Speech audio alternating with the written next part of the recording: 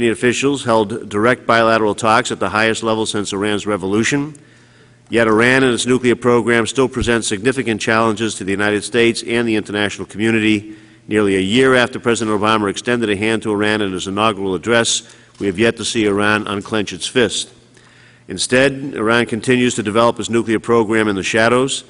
It claims that its nuclear program is designed for peaceful civilian purposes, yet it refuses to cooperate fully and transparently with the International Atomic Energy Agency and its inspectors. That raises significant concerns about the true nature and intent of Iran's nuclear ambitions. Last September, the United States, along with its allies, disclosed that Iran had long been building a secret nuclear reactor in Qom. This revelation was followed last month by an official UN resolution condemning Iran's failure to disclose the site as required under the Nuclear Non-Proliferation Treaty. The resolution was approved with strong international support by a 25-3 vote, with both Russia and China voting in favor of condemning Iran. There are many strong options, both within the United States and around the world, on how best to manage the many challenges that Iran presents.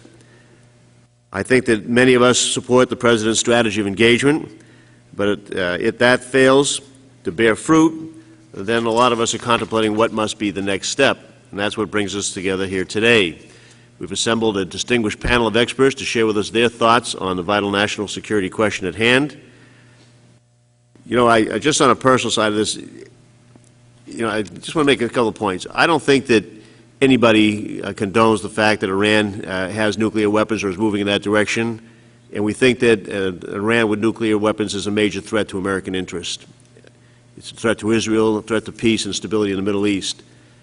Any program to which they may have a right as a party to the Nuclear Non-Proliferation Treaty must be peaceful, civilian, open, transparent, and subject to inspection by the International Atomic Energy Agency. Disclosure of previously secret nuclear facilities, as we've seen, threatens to, and the threat to replicate that 10 times over, a general unwillingness to reasonably engage with the international community. Obviously, all of those behaviors by Iran cause concern. The United States and the international community has made, I think, a considerable effort to negotiate and engage that is yet to be reciprocated. That was a test for Iran's leadership. If it was serious about its claims that only a civilian nuclear program was being pursued, there was no reason it should not have agreed to export to Russia or elsewhere and allow the IAEA inspections. So what are our options? Governments and intelligence agencies and other experts agree, or disagree, I should say, on how close Iran is to developing a bomb. Also, many of them agree that any military strike on facilities would likely only delay development by 1 or 2 years and cause other repercussions. There's considerable disagreement and debate on the value, effect, nature, impact, or usefulness of sanctions. Arguably, sanctions should be used to support, not replace, diplomatic efforts. Should Iran delay negotiations, or if the negotiations should fail, then many feel that a strong multilateral sanctions by the international community would be in order if they were targeted and effective in that regard. But now, with respect to the Iran Refined Petroleum Sanctions Act of 2009, which the House will be considering this week, personally, I have considerable concerns. The hardliners are in some disarray presently. New sanctions could allow them to consolidate their hold on power and get bolstered support from the Iranian people. Sanctions could heighten support for Mr. Ahmadinejad out of some nationalistic feeling or resentment for how devastating the effect of sanctions might be on the civilian population. It's notable that the two main opposition leaders have spoken against imposition of sanctions, particularly with regard to refined petroleum products.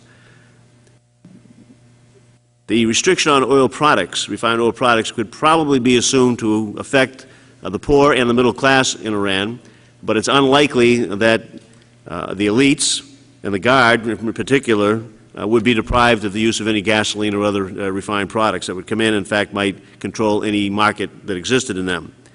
So we have a large question here to do. I think Jeff and others may have a different opinion on that, but I could only support the IRPSA if I was assured that its current language, which I read to mandate the sanctions as opposed to provide the flexibility of the President to implement them, would either be delayed before any final passage to a more appropriate time on the diplomatic pressure process that the administration is following, or if they were modified prior to passage to provide the President's more flexibility. If we get those assurances, then we may get it through the House so that it can go to the Senate and be modified in a conference there if necessary. Only with more flexibility in exercising sanction authority might the President secure greater cooperation from our partners in taking effective action and ultimately facilitate a change in Iranian policies. Now is a critical stage in the intense diplomacy seeking to impose significant international pressure on Iran. I think the legislator ought to take care not to harm those prospects as they go forward. So it's with interest that we listen to our experts on the panel here today. We want to make sure that we move in the proper way, in the most effective way, and we welcome you and thank you for your testimony. With that, I defer to Mr. Flake for his opening remarks. I thank the Chairman. I look forward to today's hearing.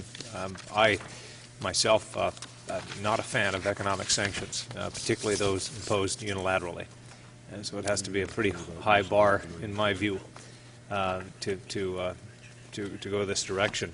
I share the Chairman's concern about the refined petroleum sanctions.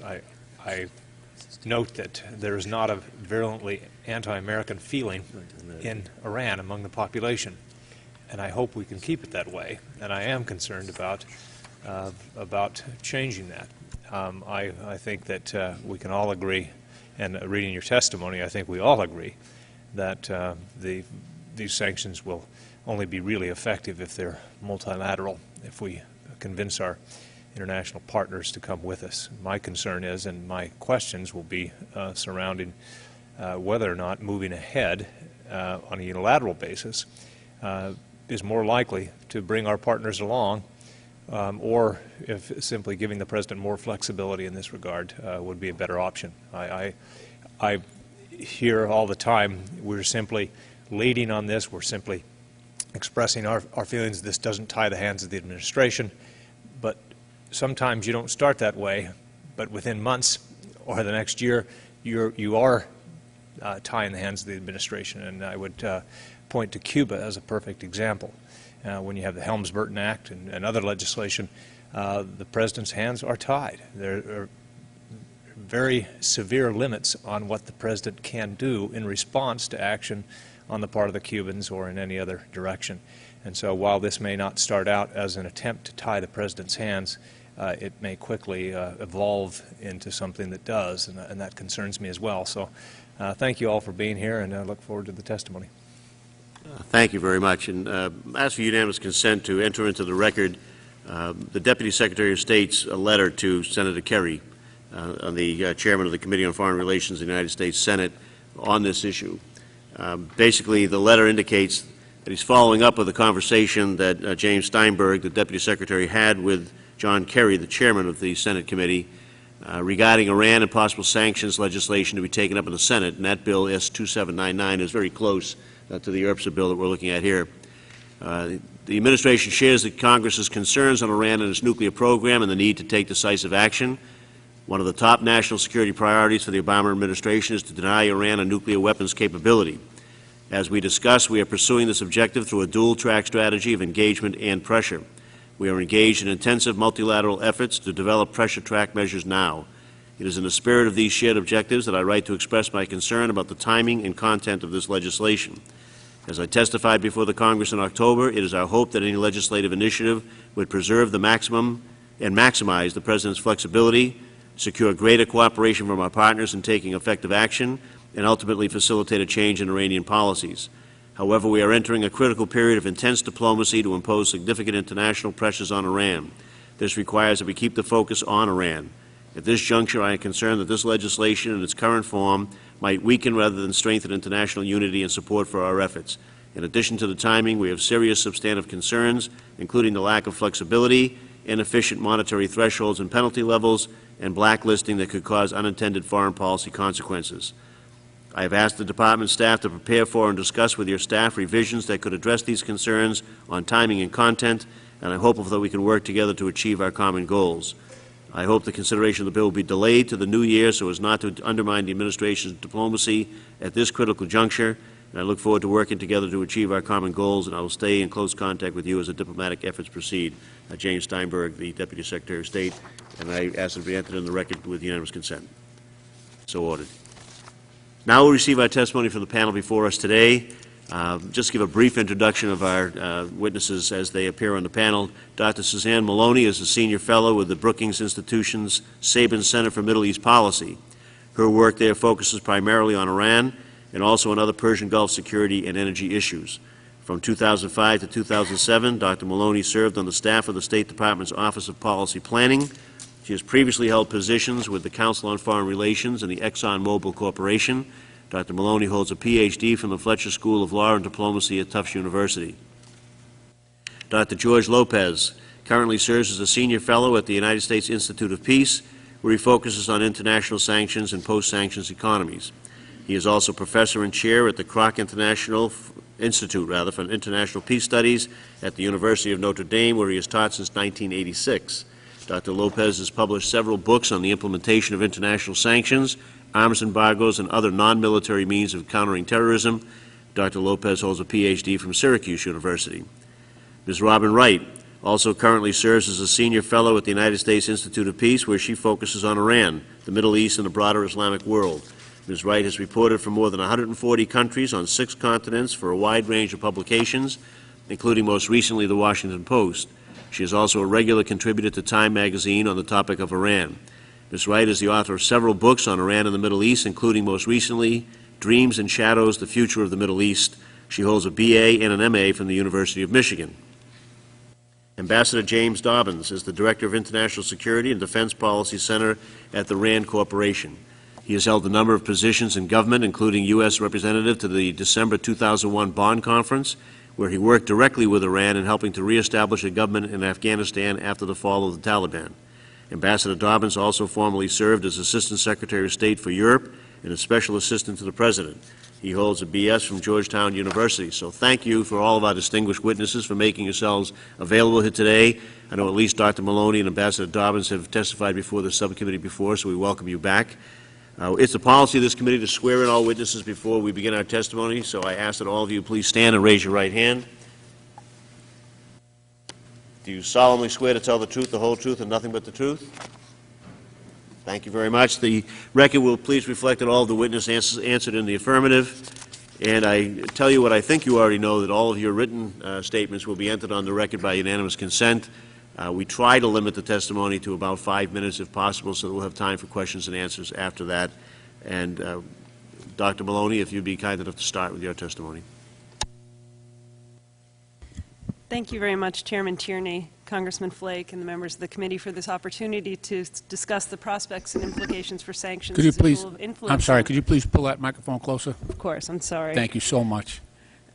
Thank you for the opportunity to be here today to discuss the prospects and implications of using sanctions to influence the behavior of the Islamic Republic of Iran. I will summarize my testimony, which has been submitted in longer written form.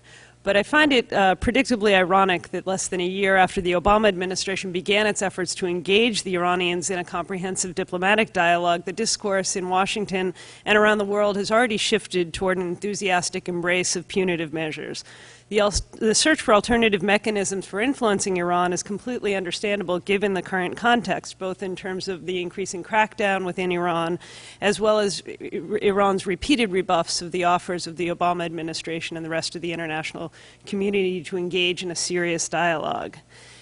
At the same time, I think it's unfortunate that the track record for sanctioning Iran is really not an auspicious one, and the key prerequisites for a successful sanctions-oriented approach, protracted duration, and broad adherence are almost certainly unattainable today with respect to Iran. There are some more promising indications of a more conducive context, but that is no guarantee of success. In my testimony, I'll speak briefly about that track record, but I will conclude by laying out a series of principles that should guide our consideration of any new coercive measures. We've had 30 years of U.S. unilateral sanctions on Iran, and there should be no illusions that the likelihood of a more rigorous and more broadly implemented sanctions regime will produce a reversal of Iran's nuclear calculus quickly or easily. 30 years of sanctions have not accomplished their primary objective, which is the moderation of Iran's security and foreign policy. This has largely been a function of the lack of international consensus. Moving forward today, despite tough talk from various European leaders and the new cooperation between Washington and Moscow on Iran, the prospect for expanding the playing field on sanctions will still prove daunting, largely because of our divergent perspectives. In Washington, we tend to see a direct relationship between economic pressure and eventual moderation of the target leadership. Many of our allies have exactly the opposite perspective. They fear that once isolated from the international community, Tehran will be further radicalized and may retaliate either via direct action against governments that have supported sanctions or by accelerating their nuclear efforts or withdrawing from the NPT. The irony is that neither the American nor the European perspective on sanctions is actually borne out by Iranian history. Iran's response to the repeated use of sanctions by Washington has neither involved capitulation to demands or radicalization. Instead, the regime typically seeks refuge in denial while expending a great deal of effort on trying to mitigate the impacts of sanctions through smuggling, through promotion of substitute industries, and through economic diplomacy. Specifically with respect to IRPSA, Iran has been preparing for a possible embargo on imports of gasoline and other refined petroleum products through a variety of official schemes to minimize gasoline consumption and to establish strategic stockpiles of gasoline. More broadly, Iran's post-revolutionary experience contradicts the underlying American argument in support of sanctions. The Islamic Republic has experienced a number of episodes of severe economic pressure, but none have generated the kind of foreign policy moderation that the sponsors of IRPSA or the other manifold punitive measures against Tehran tend to forecast. Instead, in the past, when Iran has been under economic pressure, this has facilitated the coalescence of the regime and the consolidation of public support. Economic constraints have enhanced cooperation among Iran's factions. Tight purse strings have in fact forced some moderation of its economic policies, but not of its foreign policy. And I think that that's particularly important to remember today as we move forward with new pressure. Obviously, sanctions have to be a component of our overall integrated diplomatic strategy toward Iran, and one that has both a short-term and a long-term perspective. It is one of the few tools that remains at our disposal, and therefore I'd set forward the following 5 principles that should be uppermost in our minds in assessing new sanctions. The objectives need to be clear, limited, and achievable, particularly sanctions that have a potential for influencing important constituencies that have some say in Iran's nuclear policies, measures that target the economic interests of the Revolutionary Guard Corps and other critical elements of Iran's hardline power structure. This is a particular uncertainty, I think, with respect to IRPSA. I'm not sure what the scenario that the sponsors of IRPSA have in mind is, that the Iranian public, under great economic constraint, begins to go to the streets and voice its anger and frustration with its regime, and the regime somehow capitulates or moderates its policy toward the international community. It's really a scenario that doesn't bear any resemblance to the likely behavior of the Iranian leadership.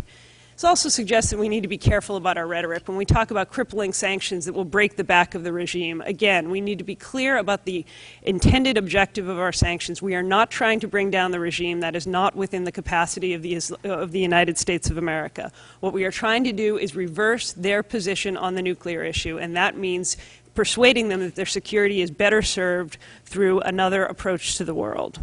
Secondly, we need to integrate sanctions within the continuum of U.S. diplomacy. I'm glad the Obama administration has dropped the sort of talk about carrots and sticks, but still the rhetoric of dual track seems to suggest that sanctions are an alternative to diplomacy. That's not in fact the case. Sanctions need to be a part of an integrated approach that actually uses sanctions to persuade Iran to come to the negotiating table, because that's simply the only way we're going to get the Iranians to understand that their security interests are better served by cooperation rather than confrontation.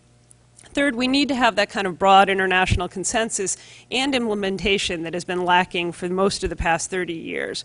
Getting and keeping our allies on board with a sustained sanctions approach is important, because so long as there are outliers, so long as there are hesitators like Russia and China historically, that makes it easier for others to sit on the fence and to avoid full implementation of the sanctions. With this respect, reset of the U.S.-Russian relationships has been a necessary condition to improving the prospects for sanctions, but it's not going to be sufficient. To generate sufficient international support for sustaining meaningful economic pressure, we're going to have to make a credible case to our allies that our measures can actually impact in a positive fashion the nuclear calculus. Fourth, we need to focus on those measures that have the best prospects for direct and immediate costs. This is, of course, the secret of the recent Treasury measures to restrict Iran's access to the financial system. They have actually hurt existing business that tends to be pursued by regime elites that have some influence over its behavior. any sorts of sanctions that hit at prospective projects, at pipeline projects that are many years from away from being implemented, are likely not to have much impact on Iran's behavior, largely because its regime retains a certain degree of denial about its economic prospects.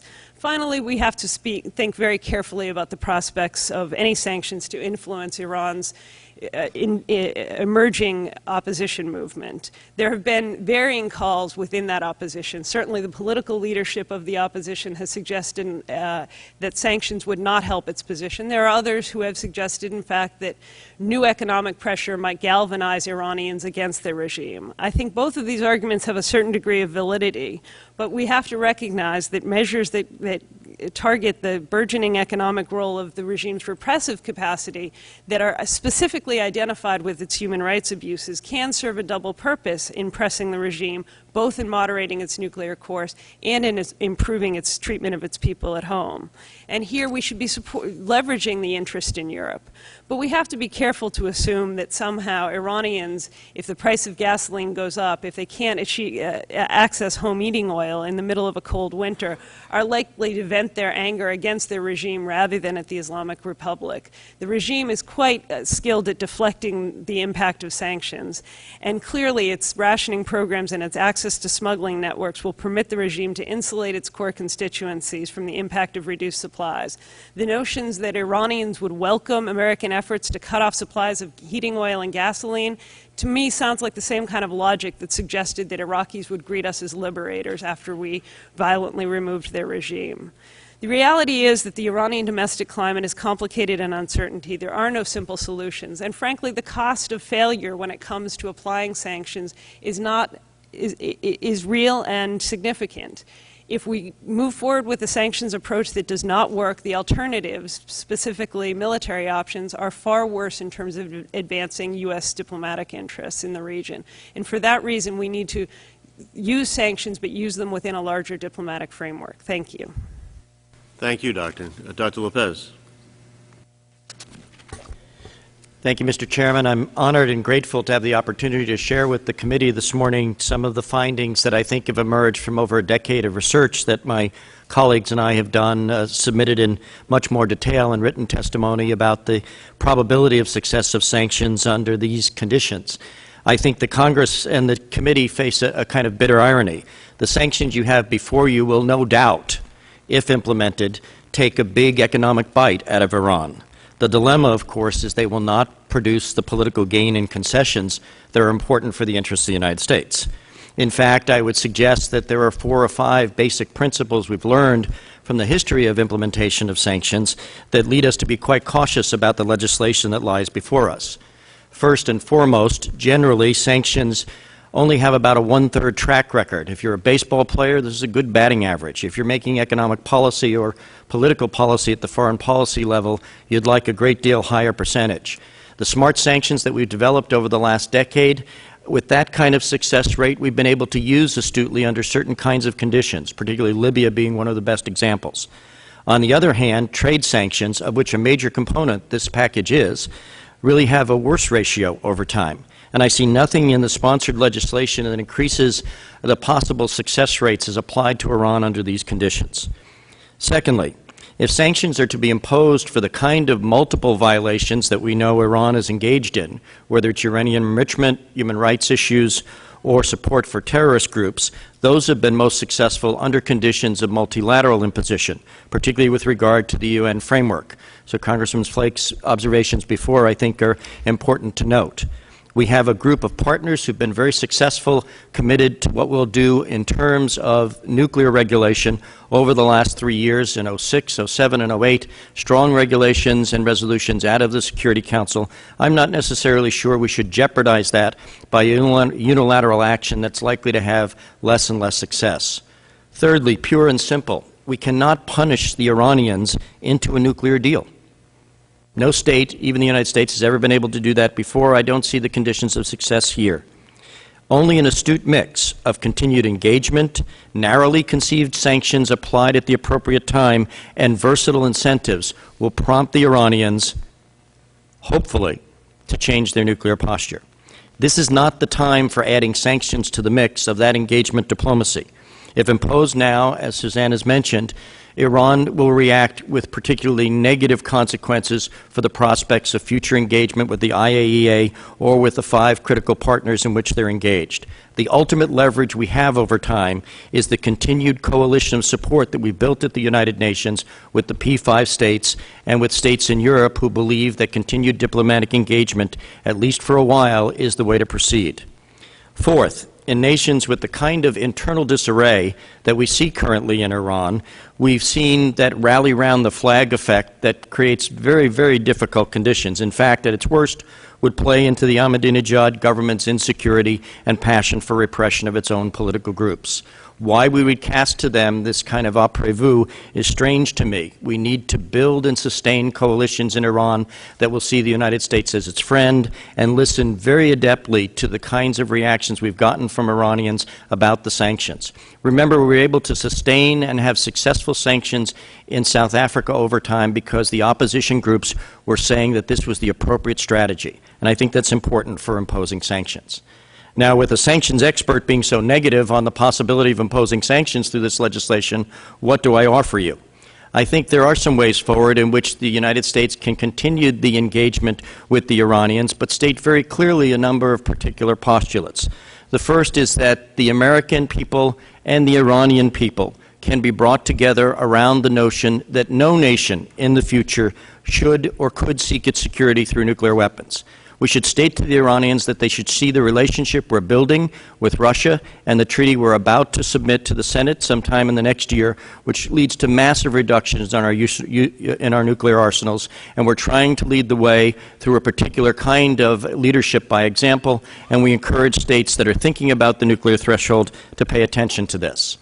Aggressive diplomacy of the first order in which we invite, embarrass, cajole, and incentivize the Iranians to think about the Geneva deal that they've left on the table as being at least a model for the way forward is the way to astutely use our leadership rather than sanctions in the future. It seems to me that we can go to the Security Council in the near term with a package of tightly conceived, smart and targeted sanctions which look at the entities and individuals that have violated prior Security Council resolutions and call upon our P5 partners and the rest of the Security Council to add another resolution to the strong mix of the 3 we have and continue the multilateral framework that will penalize the Iranians for IAEA dismissal of regulations and an unwillingness to come forth transparently with the progress of their program.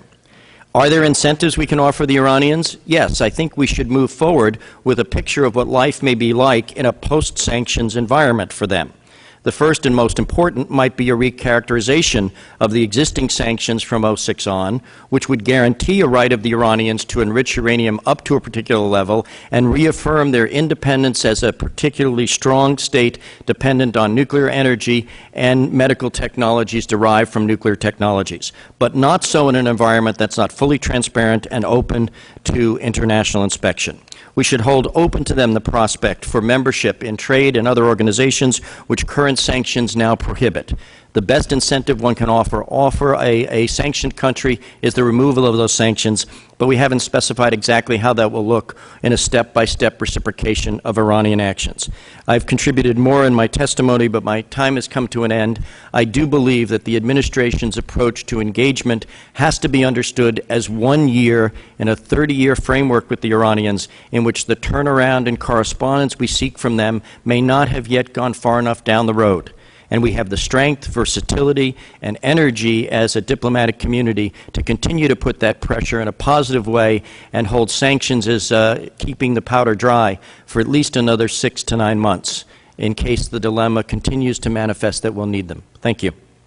Thank you, Doctor. Ms. Wright, I understand that you're going to give us a PowerPoint presentation, and I understand that it's a good PowerPoint presentation. I had some reservations. I was sharing with my staff. We went to Afghanistan, and you know how the military just loves to do PowerPoint presentations. So I asked General McKinnon to not do that, that we wanted a dialogue on that, and he answered back that what if he just had 1 slide? So we relented, and we thought that was a good compromise, only to find out that he had put everything that he possibly could put for 50 slides on the 1 slide, and so we had our show anyway. But please proceed. Thank you, Mr. Chairman. Mine is all pictures. We'll all be able to understand. That's good. That's right. The uprising launched after a disputed presidential election in June has evolved into the most vibrant and imaginative civil disobedience campaign in the 57 nations of the Islamic world, and maybe the world generally. For all the physical force used against the Green Movement, it has so far remained nonviolent in response. The Green Movement is a very broad coalition that includes former presidents and clerics, as well as people who've never voted at all, and millions of students in one of the youngest populations in the world, and women in one of the most politically active female populations in the Islamic world, both young and old. But these diverse sectors of society also see the core issues through very different prisms. The New Green Movement has managed to mobilize Iranians for public protests every few weeks since the election 6 months ago. It exploits anniversaries, commemorations, and holidays when the public is normally urged to demonstrate for government causes. They communicate in messages like this one, on the internet, Facebook, and Twitter, or even in graffiti spray-painted on public walls, to turn government events into protests against the regime. The public demonstrations are when we hear their messages. At the November 4th commemoration of the U.S. Embassy takeover, Iranians normally are urged to shout, "Death to America" and "Death to Israel." This time, many shouted, "Death to no one." More pointedly, others shouted, "Obama, you are either with us or with them." This is a message now heard often. The demonstration last week on National Students' Day was the largest since the summer. It erupted on several campuses, and additional protests are expected later this month to mark the religious holiday of Ashura, and again during the first 2 months of next year on various anniversaries of the revolution, the same period when the United States and its allies will be debating new international sanctions. In policy debates on Iran, there's a lot of talk about clocks.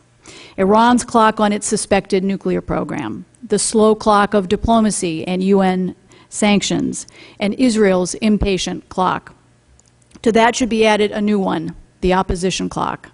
What the opposition does is more important than this body will ever consider. After 6 months, the Green Movement has proven that it has reached critical mass and has proven its durability. Since June, the Green Movement has shifted its agenda from disputes over the election of President Ahmadinejad to the role and powers of Iran's supreme leader and the very definition of an Islamic state.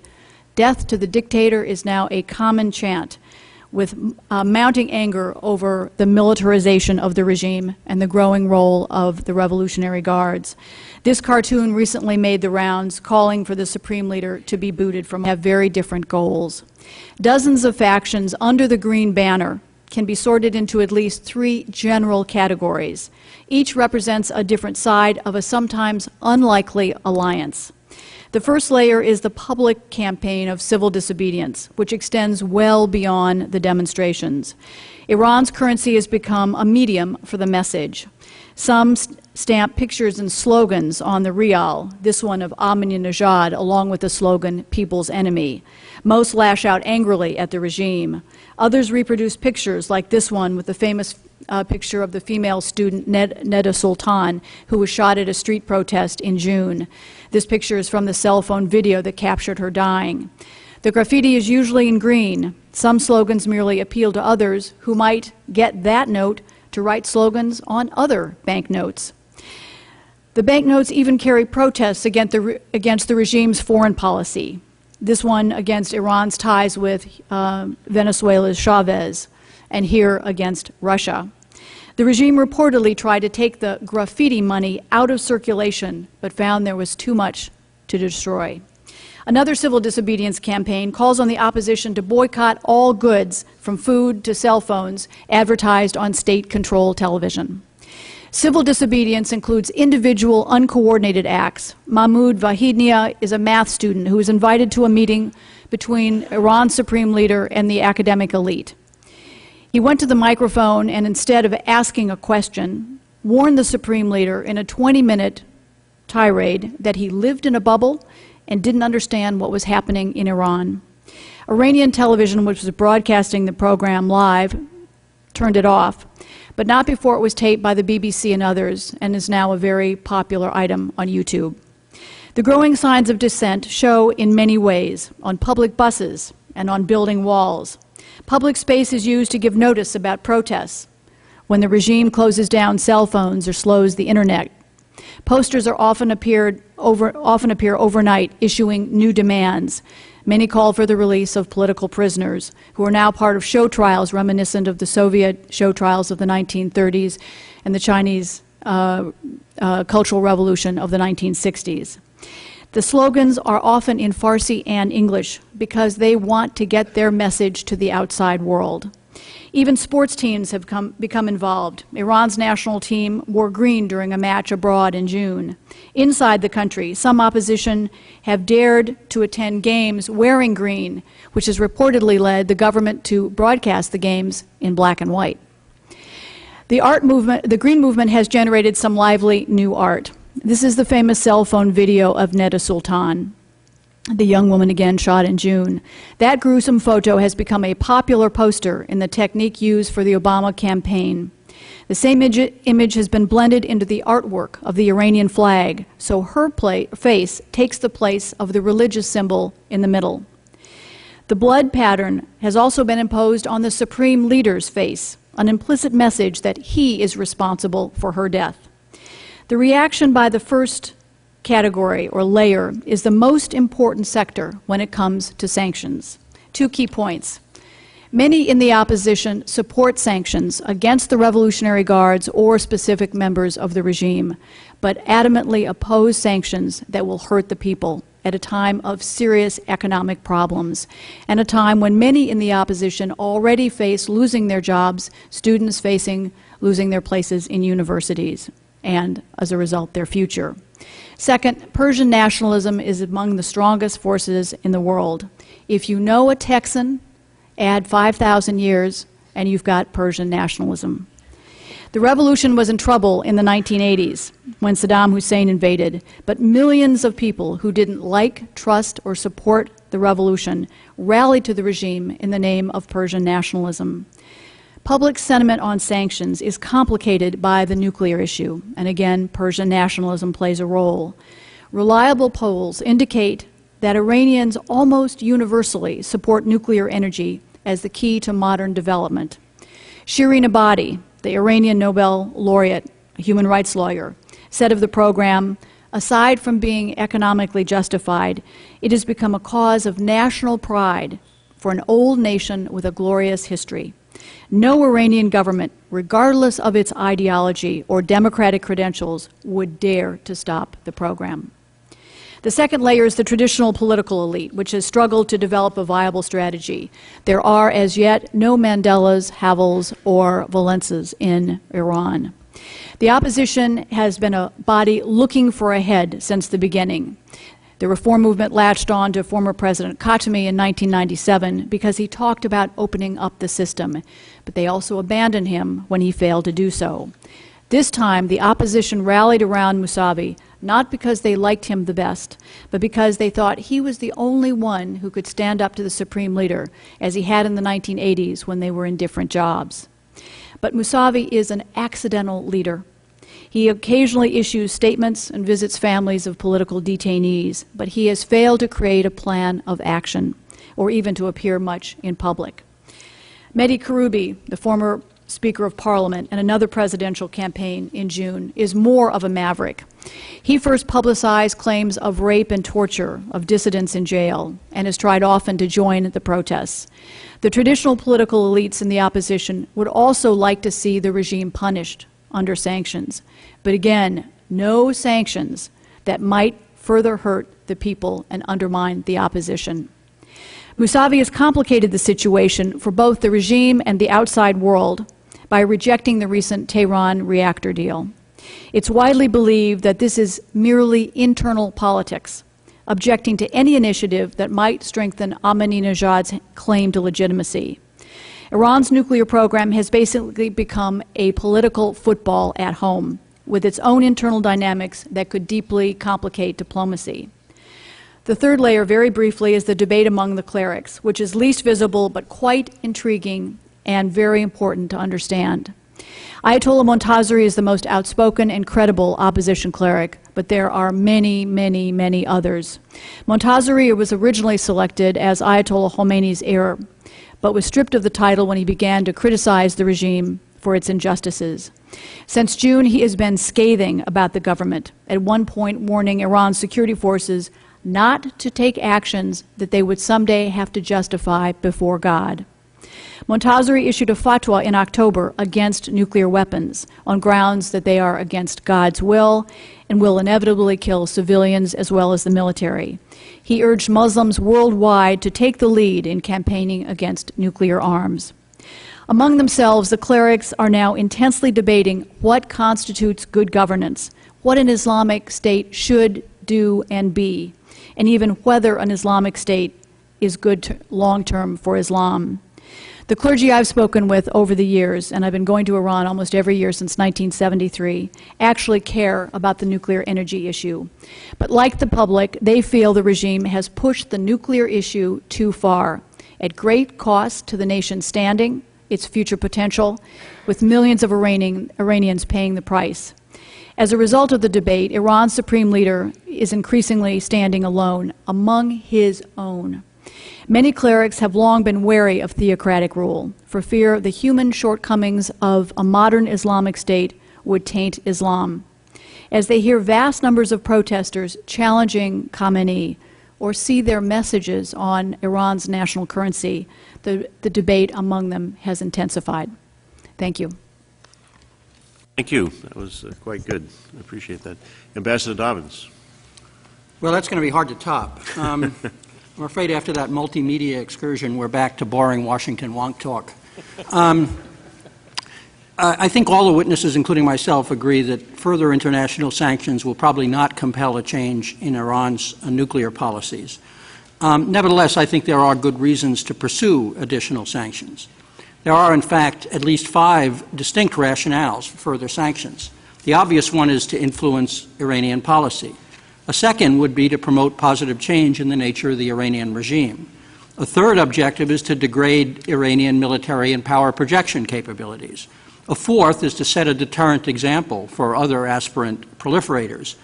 And finally, whatever may be the hoped-for effect of sanctions, such measures provide an irresistible alternative to the other 2 options, which are even less desirable, the options of either doing nothing to respond to Iranian nuclear program or going to war to prevent it.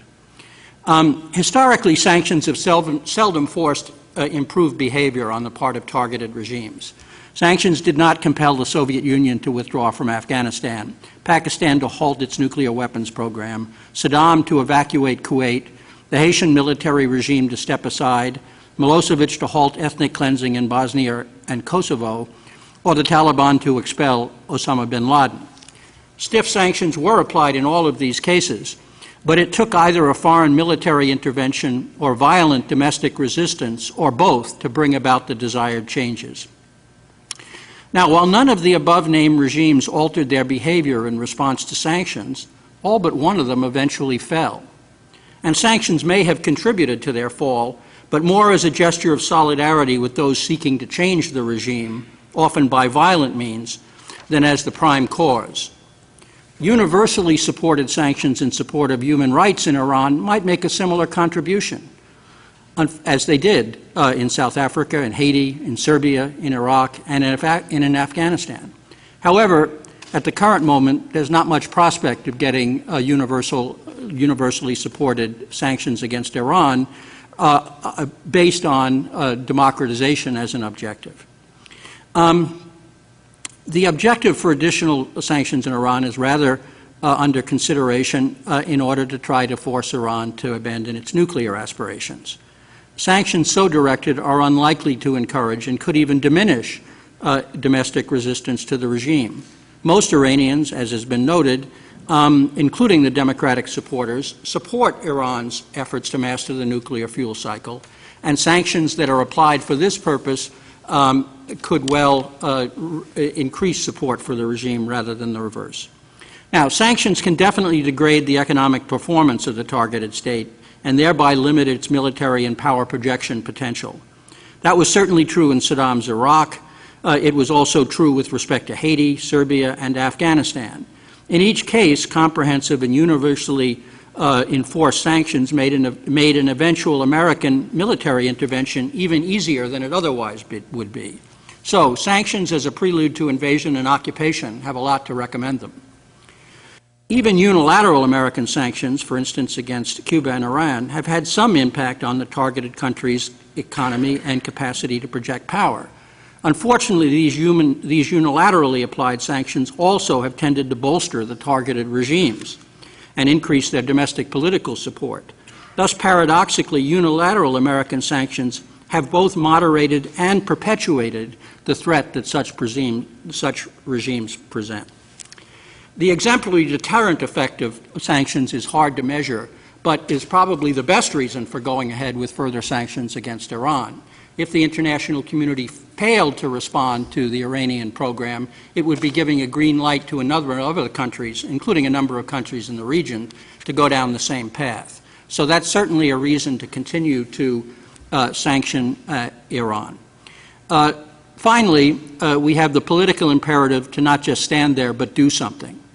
In situations where inaction is unacceptable and preemptive military attack unappealing, sanctions may provide the only alternative. And this is certainly one of the reasons that many outside the government and many of you will end up supporting sanctions. While sanctions may offer an irresistible political fix to a policy dilemma, they're not cost-free. Virtually every country that's ever been sanctioned eventually had a revolution, changed a regime, and became an American aid recipient. And American aid to countries like Iraq, Afghanistan, the Balkans, and Haiti has in large measure been directed to undoing the effect of sanctions. And so, in effect, the American taxpayer does end up paying a certain proportion, and a not negligible proportion, of the cost of sanctions as they're applied over time. One can only imagine how much money the United States is going to provide a democratic Cuba to reverse the effect of 50 years of embargo. To recapitulate, further sanctions against Iran are not likely to alter its nuclear policies. They will weaken the state economically and even militarily. Sanctions against Iran will serve to some degree, at least, as a deterrent to other proliferators.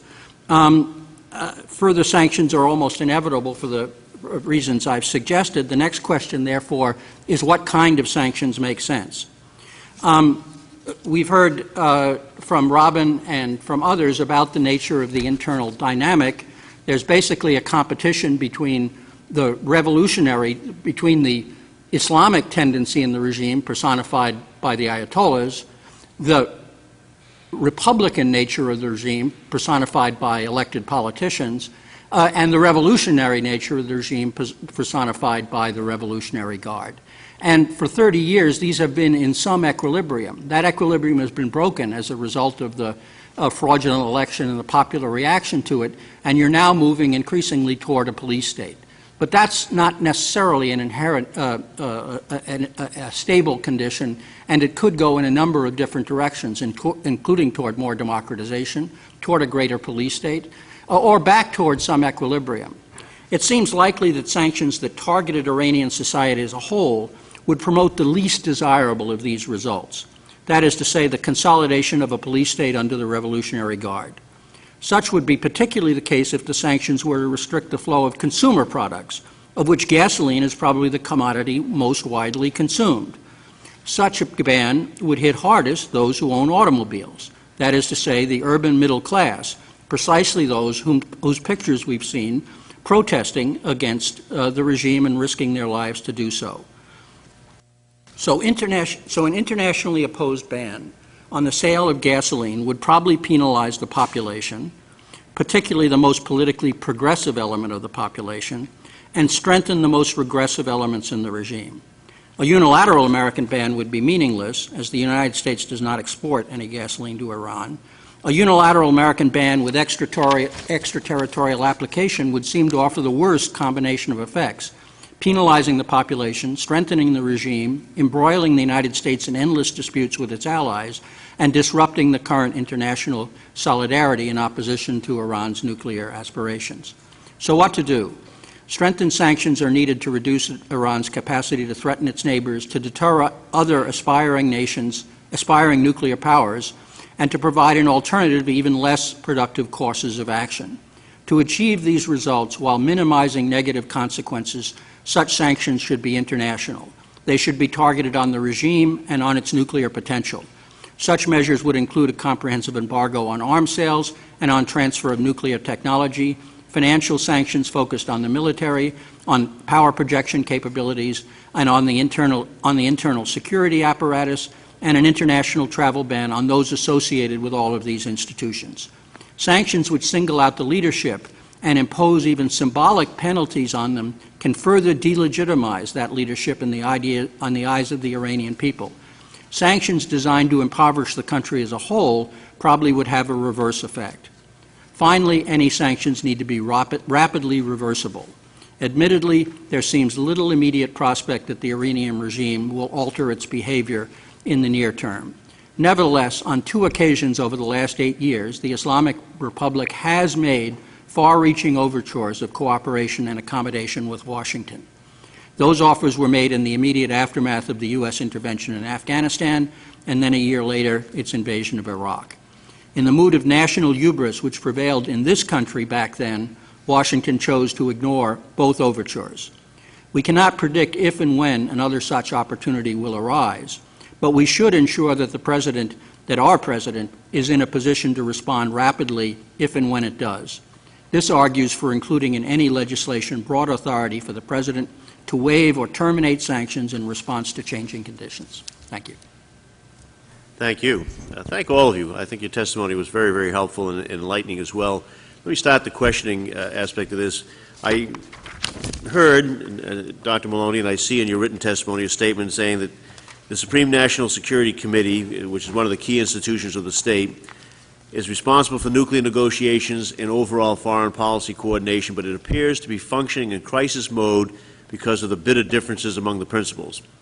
So, Ambassador, you've had as much direct contact with Iranians as anyone here, so let me ask you, is it at all the case of their failure to respond to the diplomatic overtures so far is because there's various conflicting groups that you all testify to are just frozen right now politically inside, and they're unable to agree on a way forward to even react to international overtures?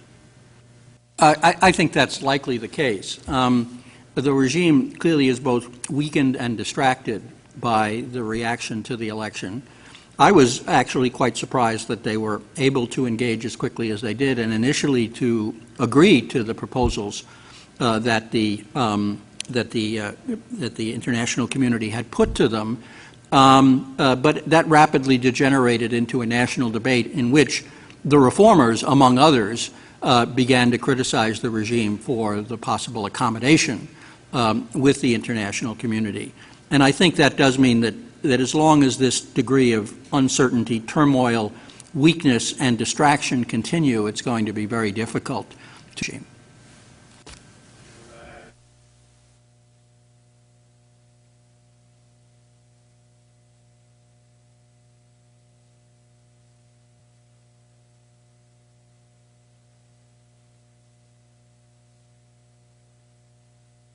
Now the other will drive them away. They'll either blame them for exacerbating an already bad situation, or they'll feel that the world community is sort of ganging up on them and making their life worse, and they better get together and rally around the nationalistic flag.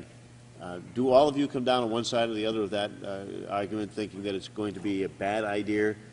I know, Ambassador, you just testified to that effect, and I think I heard that in the flavor of the others, that imposing refined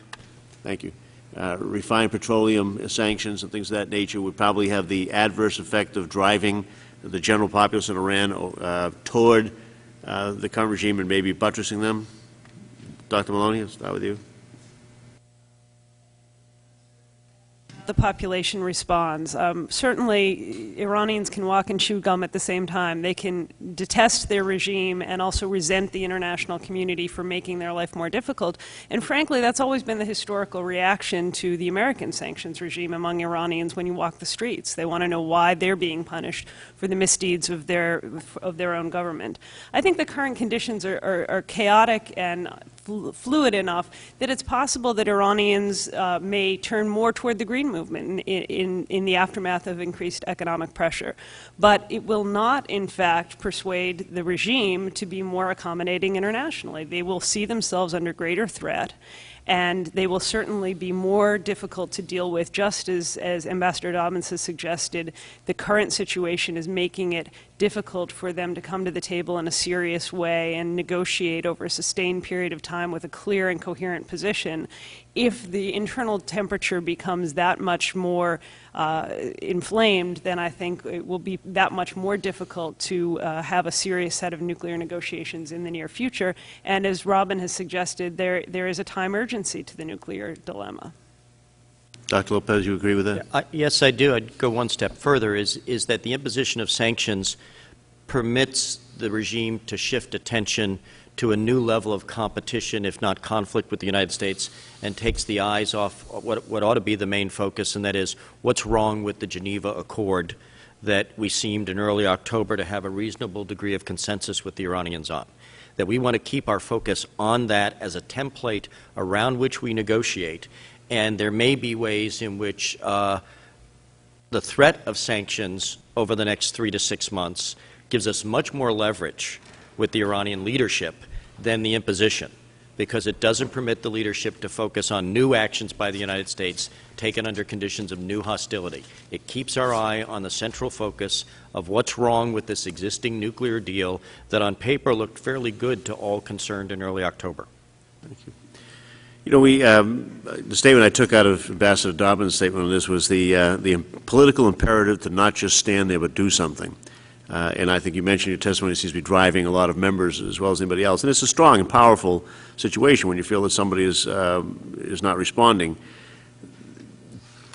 Can we effectively target sanctions, say on the Revolutionary Guard or on some of the elites there, in such a way that it doesn't adversely affect the general population? Are there things left to be done that do not already exist in the current sanctions regime that we have?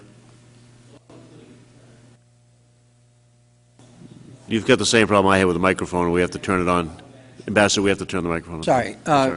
I think that things like international travel bans, financial sanctions directed at individuals, named individuals, targeting companies that are owned by the Revolutionary Guard, and frankly, just labeling those individuals and those organizations as pariahs. And this has to be international to be effective. And international sanctions that do that will further delegitimize the regime, encourage domestic opposition, and make the regime feel uncomfortable. And they won't like it. And that in itself can provide a certain degree of satisfaction, even if it doesn't produce the desired results. Thank you. Mr. Flake, you're recognized for 5 minutes. I thank the chairman and thank all the witnesses. This is one of the most informative hearings I've been a part of for a long time, and I thank the chairman for arranging it. Dr. Maloney, you mentioned that the Iranian regime is already preparing to deal with URPSA, for example. What examples can you give? How are they preparing?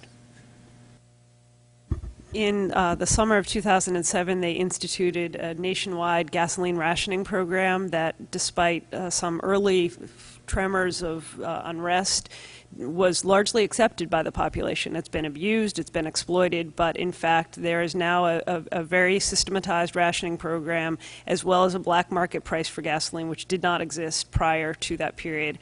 They have, in addition, put major investments into transferring most of the public vehicle fleet away from gasoline toward compressed natural gas, which of course they have vast quantities of, and so they've sought additional sort of conservation measures, and they have, at least reportedly, been trying to stockpile gasoline as well as activate some of the smuggling networks and craft deals with allies, including Venezuela and possibly also China. There are conflicting reports on this, to expand their gasoline imports from those countries. Finally, they've also been investing in a major program of expanding and upgrading their own refinery capacity so that they will not be as vulnerable in the future to this. Dr. Lopez, thank you. Dr. Lopez, you've studied this a lot, and we hear from the proponents of sanctions, particularly the petroleum sanctions, that other countries and companies that are dealing with Iran will simply have to make the choice. Do they want to exclude themselves from the U.S. market or the Iranian market? And they'll choose to go with the U.S. Is that necessarily the case? Is it that simple? No, I don't think it's that simple. I think what has to come along with that assertion is what then is going to be the cost and the logistics of implementing and enforcing that. Imagine a world in which U.S. tankers in the Persian Gulf are confronting Venezuelan ships who see themselves in solidarity with the Iranian people trying to deliver refined petroleum. Which crisis do you want to manage? I think we'd want to manage a crisis with our Russian, Chinese, and other allies at the Security Council of a defiant Iranian regime that wants to throw out the IAEA because we're on the stronger ground there, rather than shifting the terms of enforcement of an oil embargo, which has many, many routes for undercutting it. We've never had any success with secondary sanctions. That is, with those who've tried to participate in a sanctions regime by sometimes honoring it diplomatically but undercutting it economically. That takes us, in a sense, in a side road that's only going to be a very, very long and difficult road for the United States to undo. It really becomes a sideshow that's not at all in our interest. All right. Thank you.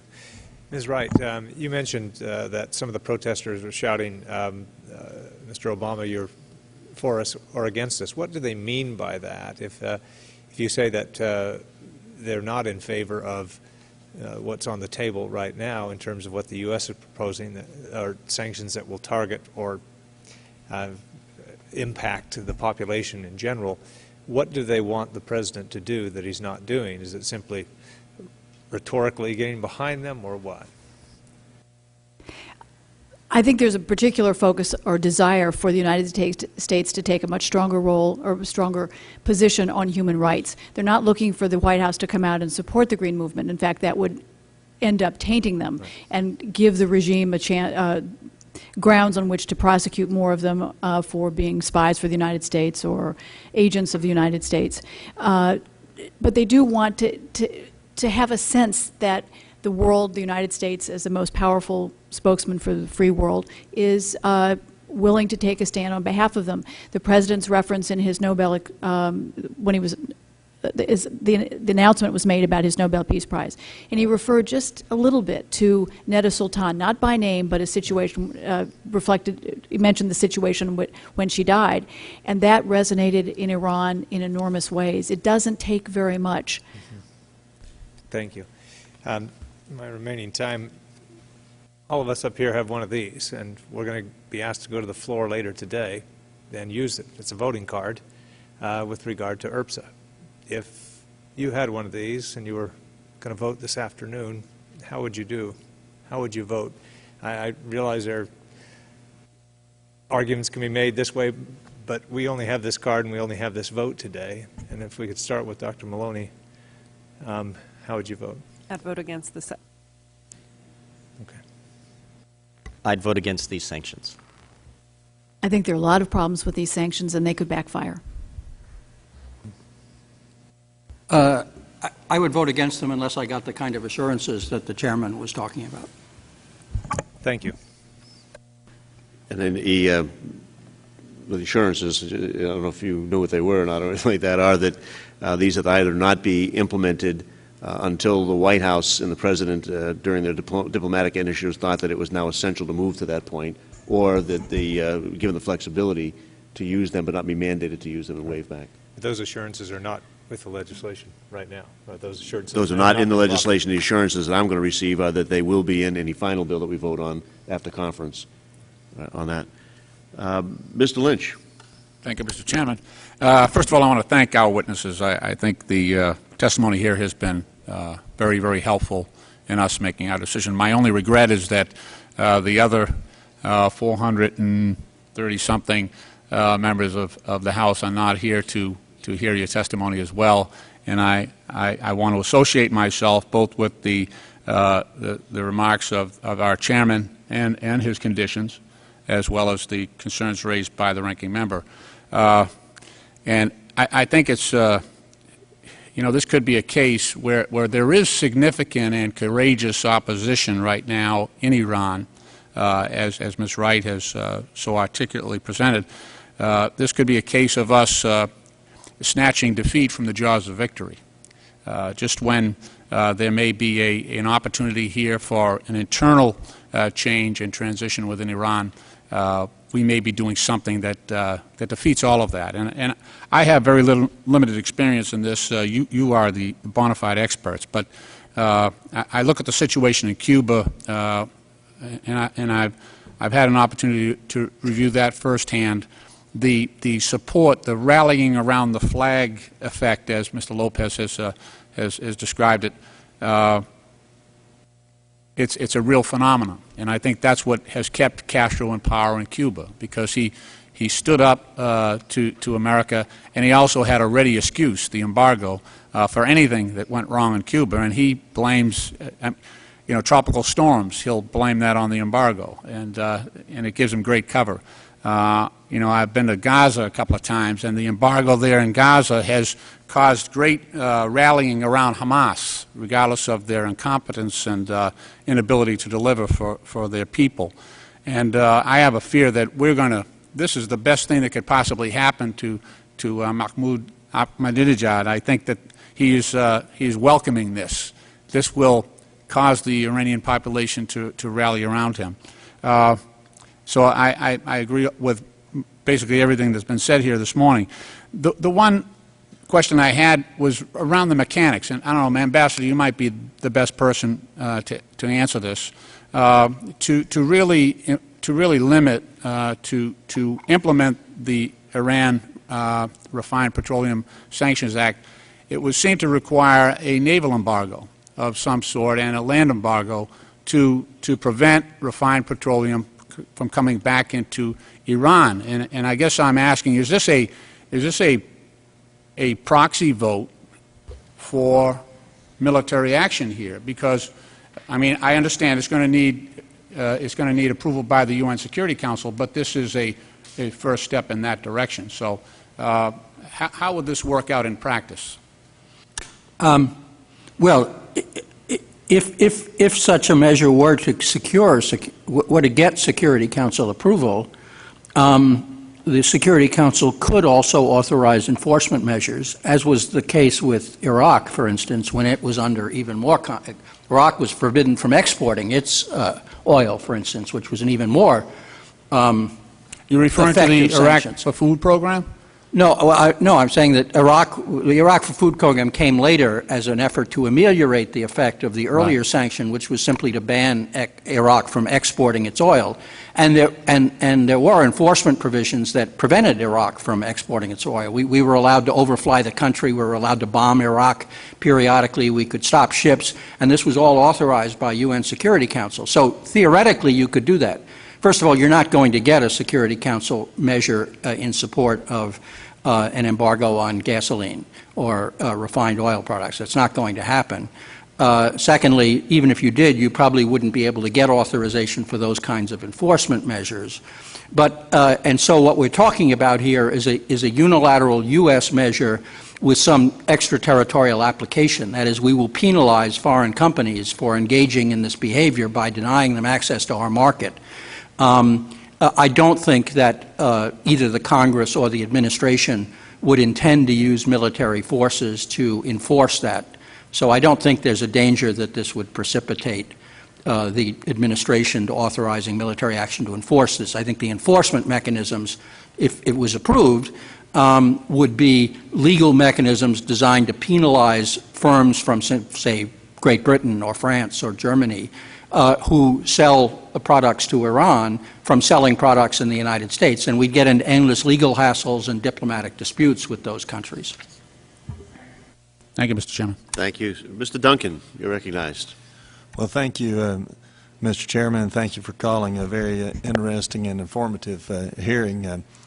First of all, I want to associate myself with the opening remarks of my ranking member Flake. I thought he made a good summary of what I wish was our position, and also agree with Mr. Lynch that it's unfortunate that all the members couldn't have heard the presentation that's been made here this morning, because I think all of us know that this afternoon we will pass, in the House at least, pass this sanction legislation by an overwhelming margin, and I think that's unfortunate, because I think you've made, the witnesses have made a pretty convincing case that these sanctions, this legislation is not a good thing to do, particularly at least at this time. I think that we need a more neutral foreign policy toward the Middle East.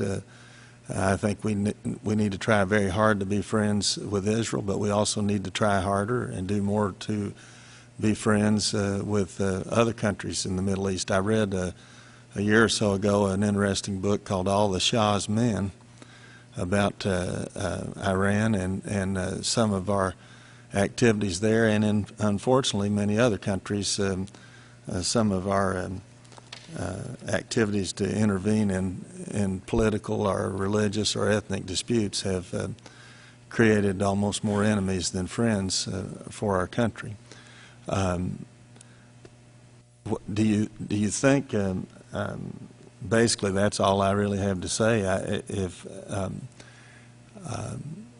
I don't know if you have any suggestions as to how, if or when we pass this sanctions legislation, how we could do that, and still, or if there's something more we could do to show the Iranian people that it's not really aimed at them, but just really towards their top leadership, and almost even more towards one man at the top. If you have any comments or anything you wish to add, feel free to comment. Well, I would suggest, Mr. Duncan, that it's very, very important to get the extra rider in this bill out of conference that gives the White House some degree of flexibility on this, that the executive branch would judge when implementation and under what conditions would occur. And I think we ought to be much further down the road before that implementation occurs. Well, I think that's a good suggestion. Ms. Wright? I was just going to add very briefly that there's always been a struggle on public relations on these initiatives, and we never have been able, over 30 years, to explain ourselves, what our goals are, to the Iranian people. Sometimes the White House or the State Department will come out with a statement simply saying our target is not the people of Iran, but that doesn't go very far. And the Iranians, of course, with their media monopoly, can spin this in a way, all of, not just this bill, but any action taken by the United States as something designed to hurt all Iranians. And any effort to portray the alternative, that this is designed to, in the end, help them, could make a difference. All right. Thank you very much, Mr. Chairman. Thank you, Mr. Duncan. Mr. Quigley, you're recognized for 5 minutes. Thank you, Mr. Chairman. And as the relatively new person on the block, this is quite an education for me as well. And I appreciate the remarks that my colleagues have made about the reservations that the panel seems to have about the effectiveness of sanctions. But I can't help read the obvious in the news recently, in the Times of London, about the Iranian nuclear weapons system being farther along than we had anticipated, and in recent news, much larger than we anticipated. So I hear that either sanctions don't work, and not just from this panel, or they take a long time to work, or they must be specifically targeted with a lot of coalition assistance. They haven't worked yet, with the exceptions and the limitations that the ambassador has talked about, and they probably won't work in this set of circumstances, but we don't have a lot of time. And with the greatest respect, I would suggest that it's not going to do the Iranian people, who we want to be friends with, a whole lot of good if they achieve a nuclear weapon or two, and they certainly have enough material. And that makes them, more than anyone else, a target for reprisal and for the destabilization of the entire region and threats not just to Israel, but to our other allies and our troops. So I guess I'm saying Monty Hall isn't pointing to door number 3. There's door number 1 or door number 2. If we're in a short time frame, tell us the options then if you would vote against this. I'll take an opening crack at that. I don't think there are any good options, and that's something that Secretary Gates has been saying for many years now. It's something that most of us who work on Iran deal with every day. There are no silver bullets to a regime that has been in power for 30 years, that has survived endless crises, and will probably even see this one through, at least for the short to medium term. I would raise just one point about the time frame. The Iranian nuclear program is an urgent dilemma, but we are not yet at a stage where Iran has either a nuclear weapon or the capacity to deliver one. We are several years away from that period. And we need to give diplomacy some time to work. That means diplomacy using sanctions, using the combined weight of the international community, working in coordinated fashion for perhaps the very first time since the Iranian Revolution to deal with this government. It means giving the Iranian democratic opposition some time to actually bring itself together, find a strategy, develop a leadership that can truly confront the regime. But I am quite confident that, in fact, we can, over a period of several years, deal in a much more coordinated, much more effective fashion with Iran. But that needs to involve both diplomacy and economic pressure, and in particular, very strong coordination with the international community. Well, wouldn't you acknowledge, Doctor, that the time frame that we thought we were working with has compressed already? And you're talking about taking a pretty big risk if we're assuming it's not going to contract again. I'm making no assumptions whatsoever, because I think obviously we don't know everything that there is to know about the Iranian nuclear program, and we were surprised in 2002 about the extent. We have been surprised by the regime's willingness and determination to push forward despite the threat of international pressure and sanctions.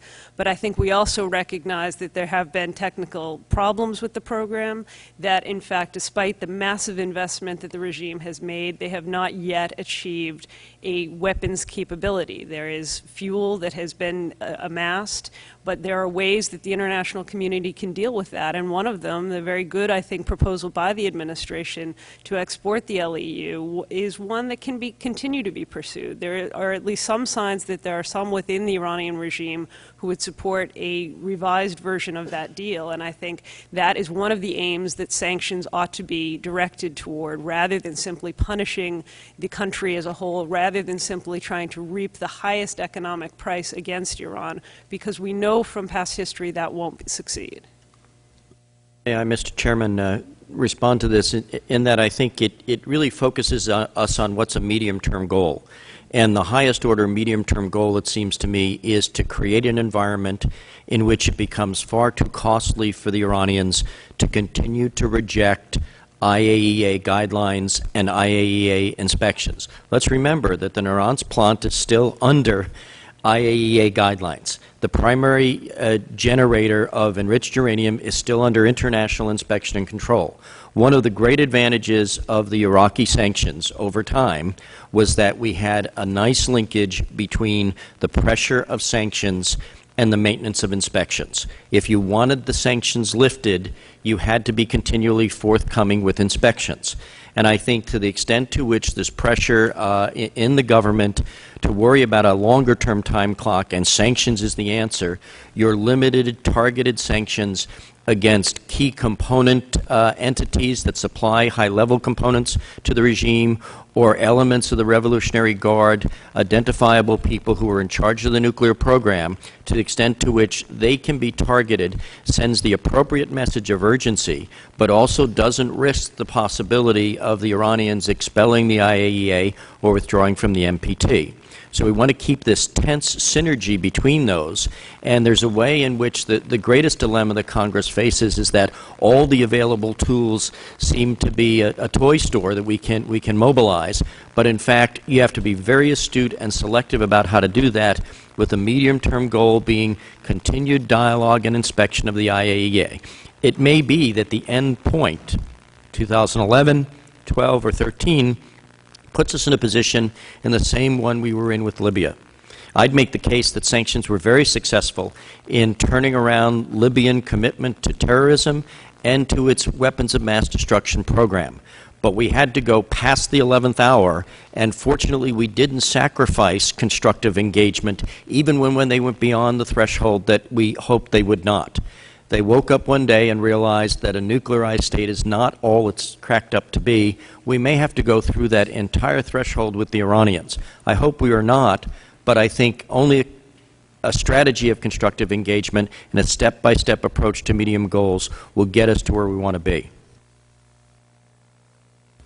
Consent to proceed. Sure, absolutely.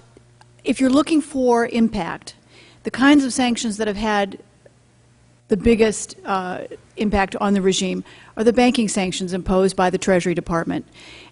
This is something that has mobilized the international community because of laws passed after 9/11 that make every bank responsible for knowing the origin of the flow of money that they have in their banks. And as a result, the 5 largest banks in Iran have been crippled from doing international business.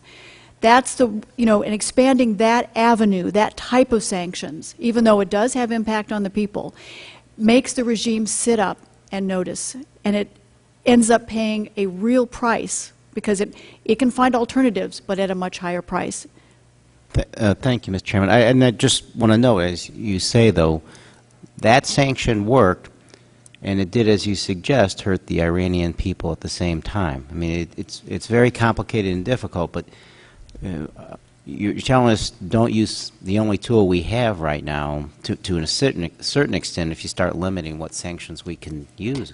You ask what works, and this is something that's had very quickly has had an impact. I lived in Africa for 7 years, the last 7 years of sanctions against Rhodesia and sanctions during apartheid, and it takes a very long time for sanctions to work. The impact of banking sanctions has been almost unprecedented of any case around the world in terms of how quickly it's made a regime sit up and notice, how big a price, literally and politically, it is exacted.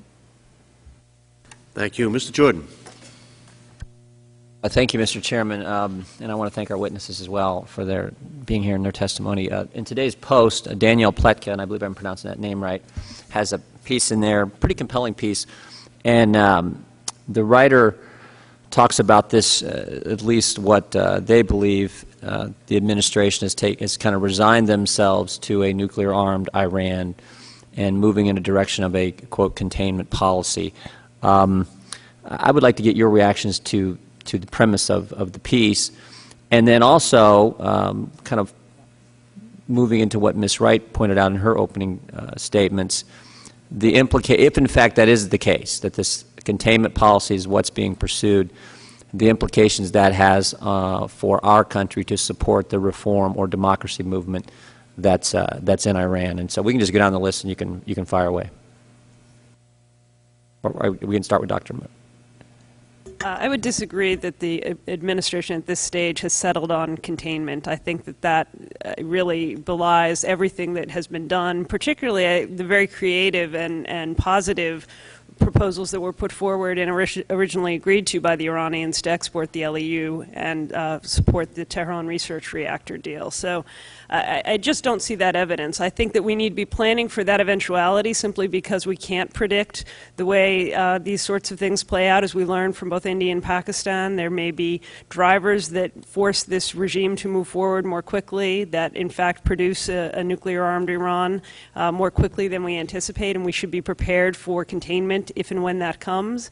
That needs to be done quietly and discreetly, but that I would hope that planning is already underway. I do not see that as in any way in contrast or undercutting the very strenuous diplomacy that we've had, resetting the relationship with Russia, putting forward serious proposals toward the Iranians, and actually, I think, very quietly mobilizing at least some international support for the kinds of multilateral sanctions that would be effective. Because I think no one on this panel has said that sanctions should never be used, but simply that they need to be used only where and how that they are most effective. In terms of how that coordinates with our support for the Iranian opposition, I would say quite frankly that the Iranian opposition is a force that we neither created nor anticipated, and our support, while important because we are a moral leader, because we have a certain responsibility given our history, given our ideals, to voice those sorts of ideas, our support is not going to be what changes the future for the Iranian opposition. Iran is a proud country that resents the interference of foreigners very deeply. 50 years later, they still deeply resent, as one of the other representatives suggested, the involvement with the Mossadegh affair in '53. I don't believe at this stage that anything other than moral support for the opposition would be useful or welcomed from that side, and I do believe that that opposition, in fact, will succeed over time simply because it represents the view of the large swath of the Iranian people. Mr. Lopez. Thank you. It's a very, very important question. I detect through dealing with people in the National Security Council and elsewhere no resignation to the containment strategy. And in fact, I believe that the good example here is the way we're dealing with the North Korea nuclearization problem. That is, we're going to find every diplomatic and in the North Korean case, sanctions-based way to roll this back. So I detect a strategy that on the one hand, counter to where I think we've been for the last decade, rejects the notion that there's an immediacy to the ability to apply increased pressure and then somehow arm twist the Iranians into changing their behavior. The new realism I detect in town now is that we know we're dealing with a very determined regime which has domestic, cultural, and other reasons to move only straight ahead with nuclear development. Now, how do we show them that that's a choice that has consequences without immediately imposing penalties? How do we hold before them a vision of be careful what you wish for when you get it as you deal in your neighborhood and as you deal in the rest of the global community? How do we find a way for them to match their own rhetoric with a responsible participation in the global community's concerns about nuclearization? I think the contingencies will be there for dealing with this, but I like the notion that this current approach sees a very, very long road ahead, and if the measures we don't take result in the desired turning back away from the program and an export of uranium, if they go nuclear, we have models for which to deal with that, as we've executed in Libya and in North Korea. That is, in a sense, you're playing, if you excuse the sports analogy, we have a game plan as long as we're in regulation time, and we have a game plan if we have to go to overtime.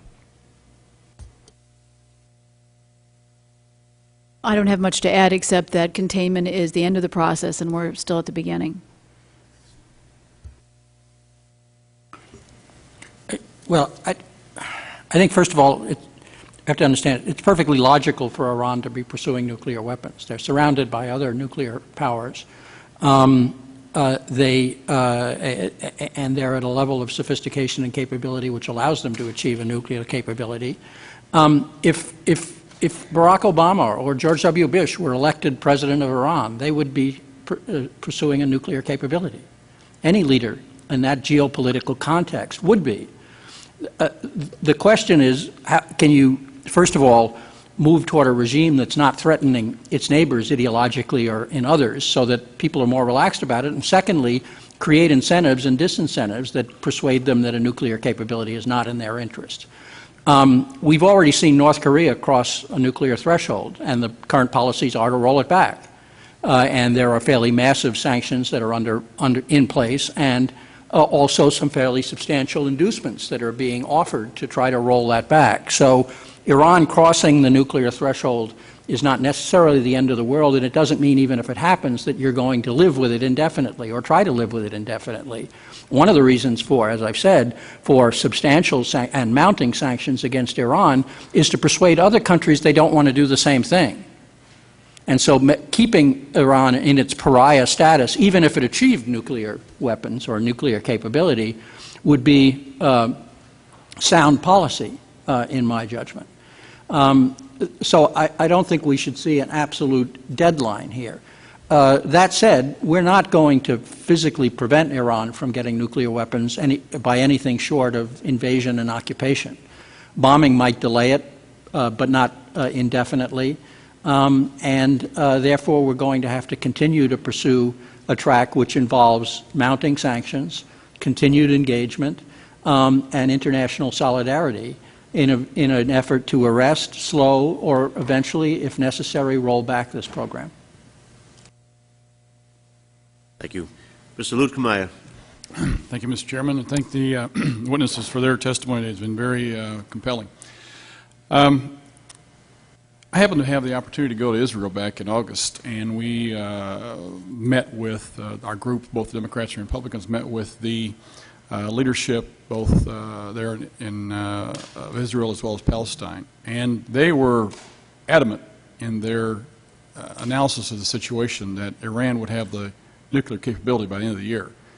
If that's the case, I think it's being very naive from the testimony we've heard this morning that we've got plenty of time with which to deal with this. I think that the sense of urgency is necessary in order to be able to confront this, have a plan ready to confront it. I haven't heard that plan yet this morning. I've heard some ideas, but I haven't heard that plan. And if we're going to be ready for this, we need to have this sense of urgency that we have the ability to contain this or deal with it, as the ambassador just said. You know, one of the concerns I have is that, you know, sanctions are only part of one of the layers of ways to deal with this, and diplomacy is one of the ways. But the folks in the Middle East don't seem to be able to understand that with diplomacy comes commitment, and they don't seem to be willing to live up to commitments. We can get commitments from them, but they just ignore it. It's just a statement that they can throw away. There doesn't seem to be any willingness to complete their commitment.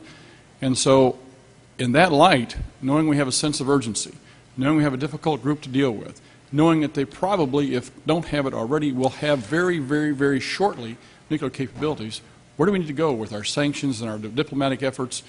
Because if we get another North Korea, which ignores diplomacy, which ignores the international community, how do we deal with those folks? Ambassador, would you like to start? Well, I think, first of all, I think that deadlines and a sense of urgency may tend to work against us rather than for us. They don't feel a sense of urgency. If we feel a sense of urgency, then we're the ones under the gun. We're the ones who are constantly pressured to come up with new ideas, new proposals, new diplomatic offers. Yeah, but don't you feel we need to be ahead of the curve on this? Don't you feel we don't need to be proactive rather than reactive? I'm not arguing that we shouldn't be. I am arguing that we need a sustainable policy, a policy that will continue to penalize Iran, will continue to make it, over the longer term, unattractive for Iran to either gain or retain a nuclear capability. We need to maintain an international consensus which isolates Iran and penalizes them in that regard. And to the extent we become fixated on a particular deadline, we're the ones who then become under pressure. We're the ones who are then find our position weakened by that kind of time pressure. So I understand the apparent urgency. Now, I'm not sure you said the Israelis thought they'd have a nuclear weapon by the end of the year. I don't know what year that refers to. This year. Well, they're certainly not going to have one by the end of this year. So I think we can dismiss that possibility. I don't think they're likely to have a nuclear weapon by the end of next year either. Well, with all due respect, Mr. Ambassador, here's an article from the Times online, December 14th, that secret document exposes Iran's nuclear trigger. They have their final component of the nuclear bomb. They're working on it as we speak. If Iran has nuclear materials for a weapon, they have a facility we don't know about and can't bomb because we don't know it exists and we don't know where it is. So if Iran could develop a nuclear weapon at this point, they would do it in a way that we would have absolutely no way of stopping unless we invade and occupy the entire country. The uranium they do have, which we know about, is not capable of creating a bomb, and wouldn't be capable of creating a bomb for several years because it requires extensive further enrichment, which the Iranians do not at the present have the capability of doing, but which they could do over an extended period of time. So it's possible they have nuclear material we don't know about, but if so, then our options are pretty limited. Well, not to belabor the point, but Dr. Maloney made the point in her testimony that gave at least 2 examples where we had underestimated what was going on in Iran.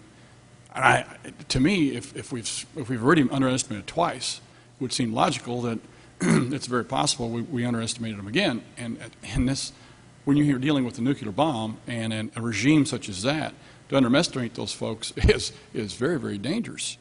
Anybody else like to comment on the discussion? You also posed in your question the idea of where do we go next, and I think that needs to be the focus of the deliberation at this stage, and particularly with respect to IRPSA. Where we go next is not more unilateral measures that have limited or counterproductive impact within Iran. Where we go next is to the UN Security Council, test how successful we've been in changing the dynamic with the Russians, test how serious the Chinese are, as they've suggested, at least in some rhetoric, about applying new pressure to Iran, and test the Europeans and see if they're finally willing, for perhaps the first time since the revolution, to put their money where their mouth is when it comes to Iran. I think that's the route that we go, and we will not succeed fully, but I think that we can have some real impact in crafting the kind of measures that, as Robin suggested, have already begun to make important elites within Iran, people who really do have some influence over the future of its policies on core security issues, stand up and take notice. And that's the sort of thing that can pay off, but it will take time. I appreciate your responses, and I would love to ask more questions, especially with regards to how in the world we can get the rest of the world to go along with us when half the world sides with Iran right now. But I realize my time's out. I appreciate the Chairman's indulgence. Thank you.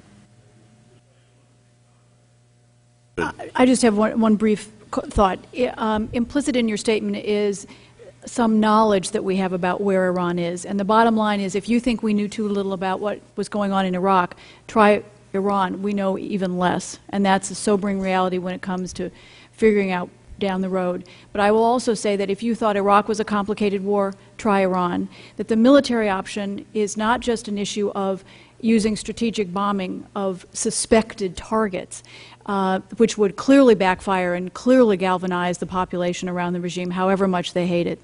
But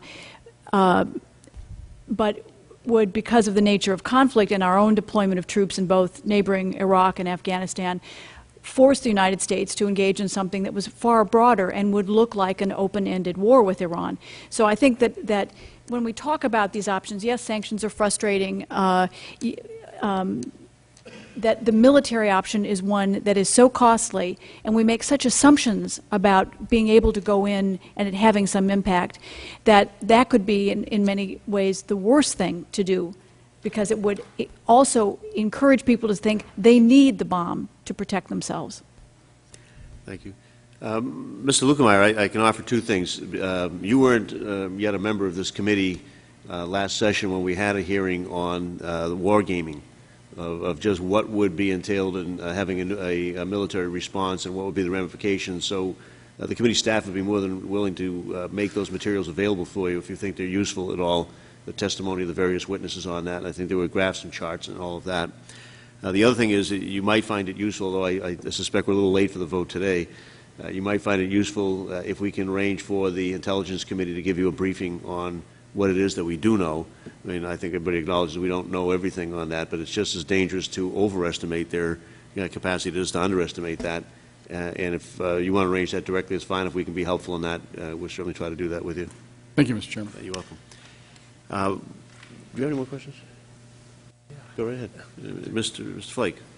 Just one. I ran out of time before I could ask Ambassador Dobbins first, and maybe the others if they want to comment.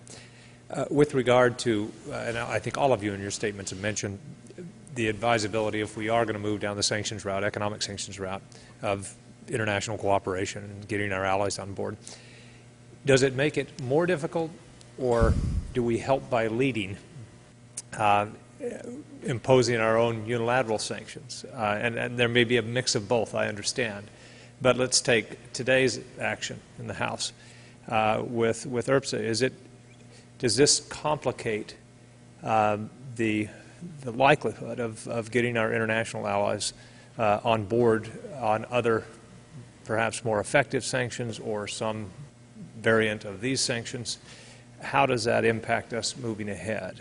The fact that we're going to impose these in the House, Senate may not go there. It may look different in conference, I understand. But I just want to talk to the advisability of leading on this.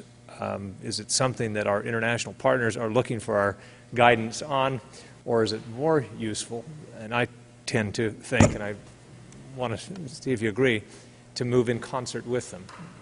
So, Ambassador Dobbins. I think that the element of the bill that you face, as I understand it, that would disrupt international solidarity and make agreement more difficult is the extraterritorial elements, the effort to use U.S. law to impose sanctions on foreign companies for doing something that's perfectly legal in their own country and perfectly legal internationally. And to the extent we've done that in the past, and we've ended up backing away from it because of the virulently negative reaction of our closest allies to being manipulated in that fashion. If I can interrupt for a minute, within URPSA, that is precisely what we're doing, right? Is it not? Exactly. All right. Dr. Lopez, do you have a comment on No, that? I'm in agreement with you on this, and I think I just add two layers to this. One is, in terms of the multilateral versus unilateral dynamic, it needs to be more widely understood in the Congress how the Russians and the Chinese share very much our view that a nuclear Iran is in no one's interest. And if we believe we have to march down the road of leading with economic coercion so that we persuade the Russians and the Chinese, we're already on the same plane on this. And I think that's what pushes us to think about more astute arrangements than are built into this legislation.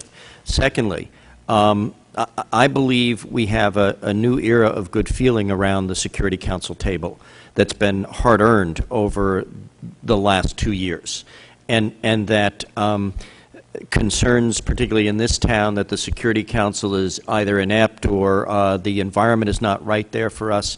In fact, within this week, I think the U.S. has shown remarkable leadership in the Security Council in the reformulation of the 1267 guidelines with Russian and Chinese partners. I think we're at a unique moment in which the multilateral may need to lead the domestic.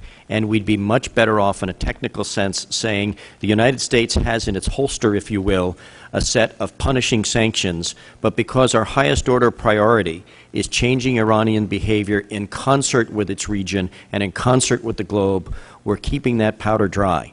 But it's very clear what we can do technically and economically, but at this moment we choose not to because we believe this is a global concern of which we're pleased to play a part. Dr. Maloney. Let me just add one final point. Under IRPSA, as I understand it, currently formulated without flexibility or waiver authority, we would have to sanction Chinese companies. And if you think that's going to make it easy to bring the Chinese on board with the kind of sanctions at the Security Council that would actually have an impact in Iran, I think there's some obvious conflict there. The Chinese have an enormous interest in investment in Iran, and if we can in any way encourage them or coerce them to use that leverage with Iran, that will be far more valuable. They are unlikely to do that if we are involved in the business of sanctioning their energy firms. Thank you very much. Thank you. Mr. Foster, you're recognized for 5 minutes. Well, thank you, and my apologies for not being present at all of your testimony here. But I'm specifically interested in the possibilities for further micro-targeting of financial sanctions towards different segments of society that might actually provide us with some leverage to try to encourage the developments that we want to happen in government there. And obvious targets would be individual institutions and banks, or maybe sections of the ruling class that might realize that their hold on power is a little bit shaky, and they may be shoveling their assets offshore, or elements that we think might be friendly towards developments we want to encourage and making their financial lives easier. And I was wondering if there anything that we're missing, anything Congress can do to encourage or enable that sort of better targeting of financial sanctions. I'm willing to respond. I think this particular leadership in Treasury has examined those in detail, and I have great confidence in Mr. Levy for knowing where that is. And there's been a number of discussions, as you know, about that. I think the focus of this should be on those entities whose activities is most suspicious in violation of the UN Security Council resolutions passed in 07 and 08, which restricted higher levels technologies and the movement of monies to support the nuclear program. I think both with the revelations that the Congressman has noted earlier of the possibility of trigger devices, the movement of scientists, etc., I think we have possibilities of looking into new areas where this kind of micro-targeting would be very effective. It has a combination of sending a very, very strong message that our intelligence is state-of-the-art, that there are ways in which we're trying to focus on the nature of the problem, which is nuclear development and not the whole economy. And it also has the ability to be taken off very quickly if we need to reward compliant behavior. Well, and I just add to that, I think in addition to micro-targeting and looking for the most important constituencies within the regime to influence, we also need to think about the way that we're implementing sanctions. And one of the, I think, existing holes, and it's well known, is Iranian economic interests in Dubai. To the extent that we can get the UAE, but Dubai Emirate in particular, to step up its scrutiny and make its financial transactions with the Iranians more difficult, that will have, I think, some significant impact on the regime elites who currently support the nuclear strategy. Yeah, is there any knowledge any detailed knowledge about segments of Iranian society moving their assets offshore into places where we might or might not be able to see? And there's a lot of things happening in the financial services bill that is intended to give us leverage to pry open places like Switzerland. And I was just wondering if that is a source of frustration and understanding, what's really going on there and where we could apply leverage. There's been an enormous drain of capital in Iran by both people in the regime and others. As Suzanne mentioned, Dubai is now fueled, its economy is fueled significantly by the inflow of Iranian businesses that have basically set up shop there to get around sanctions. So they bring their goods or whatever their office is involved in to Dubai, running out of Dubai, and then they ship things across the Gulf or use that as their, their backup office. But Dubai at the moment is also looking for any source of income it can get, and so, it's how much pressure we can actually put on Dubai is very tricky. Okay. Well, thank you, and my apologies again for only covering part of this, and yield back. Thank you. Mr. Lukemeyer, do you have any further questions? Yeah, I just got one, Mr. Chairman. Thank you.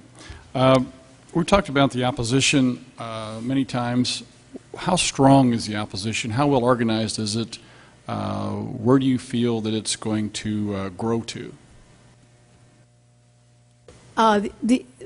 There's been a reform movement that has been vibrant since the early 90s in Iran. It took root officially with the election of President Khatami in 1997, but it never had critical mass. Today it does, and it crosses all sectors of society. You have people who were among the original revolutionaries as well as people who've never been involved in politics and hate the system.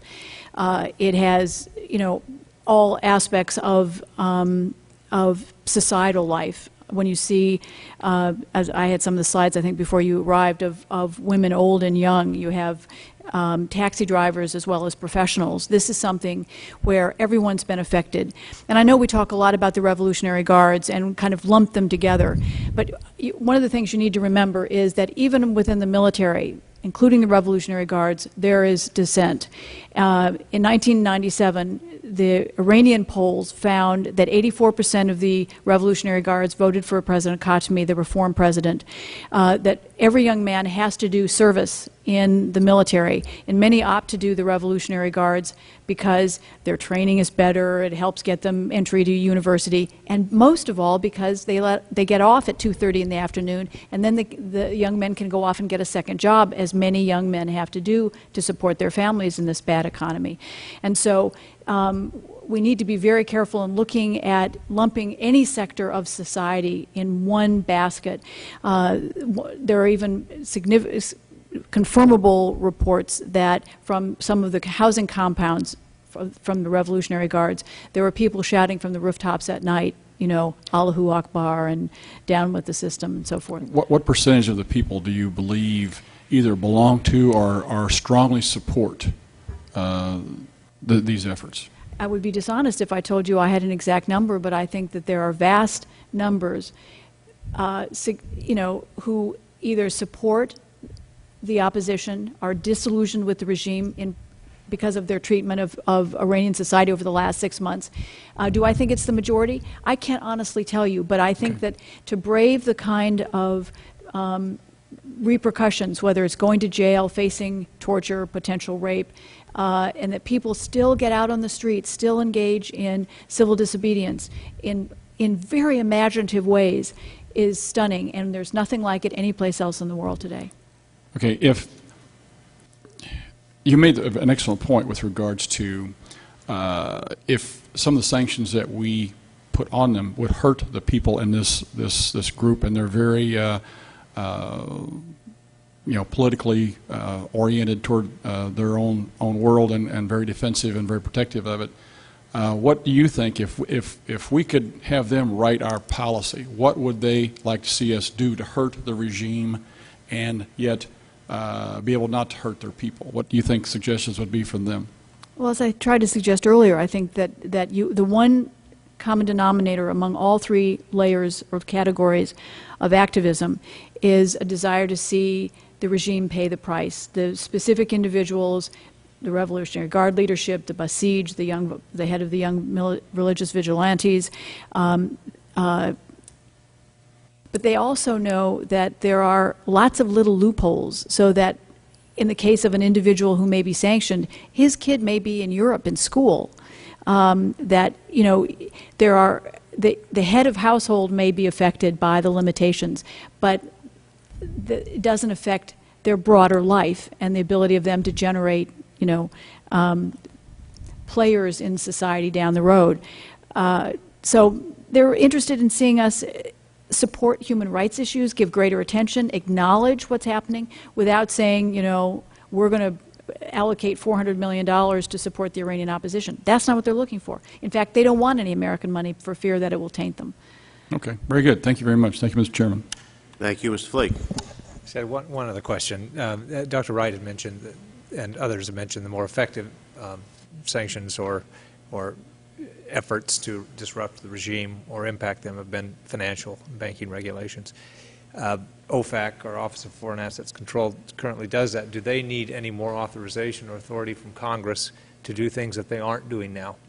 I would like to see them be more active, for example, not, you know, chase more Americans with suntans, you know, coming back from Cuba, and rather do what might benefit us more. Do they need more authority from the U.S. Congress in that regard? Dr. Maloney, do you have thoughts on that? Or? I think, in contrast, the Treasury Department has been very creative in using the existing authority, and particularly some of the regulations passed after 9/11 that specifically target financial support for terrorism and proliferation of weapons of mass destruction, and using those kinds of measures in ways that they probably weren't originally envisioned to target Iran, to make it more difficult for Iran to continue to do business with the international community. The big dilemma of applying pain to Iran is that as long as they sell oil, they're making tens of billions of dollars a year as a regime. And I don't think that there is currently international support for a full-fledged oil embargo on Iran. But we can make what they do more difficult, more painful, and more expensive. And to the extent that we do that, it tends to hurt those who have some influence over regime policy. But OFAC has the authority that they need. I think that they've got a lot, and they've used it very well lately. Yeah. Thank you. Thank you. One of the interesting things is in Treasury they have quite a defined list of the Iranian Revolutionary Guard, other people on that from which we could choose sanctions on, and they've refined it quite well to move forward on that. Let me just ask one last question for me to Ms. Wright, who I say your slideshow was great. Thank you very much. There's a bill that was filed either yesterday or today that would seek to remove from sanctions in Iran technology like Twitter or Google or things like that for non-governmental aspects on that. What are your thoughts about that? What impact would it have? Would it be favorably disposed toward it or not? I think the opposition would be stunned and pleased that the Congress was enlightened enough to understand something like that. The regime would probably use it for its own ends, but if it would actually, and I don't know the answer to this question, if it would actually change the accessibility of technology to the opposition. This has been one of the big obstacles. Just like the revolution in 1979 was the most modern revolution in the use of the fax machine and the tape cassette, what these kids have done is really unbelievable. Given they don't have the same kind of access that we do, and how they've gotten around the bans by the government. So it's a very creative idea. I didn't mean to imply for our other three panelists that they couldn't Twitter or Google on that, just that you had done the presentation. I thought that you probably, with your background, had a better insight into it. Are there any members of our panel who have a comment that they want to share with us? They feel that they won't have told us all that they need to tell us before they leave if we don't cover that area. Well, then I want to thank all of you very, very much. You're terrific witnesses. You helped us get a focus on this, and we appreciate your time and your information. Thank you very much. Thank you. Meeting adjourned.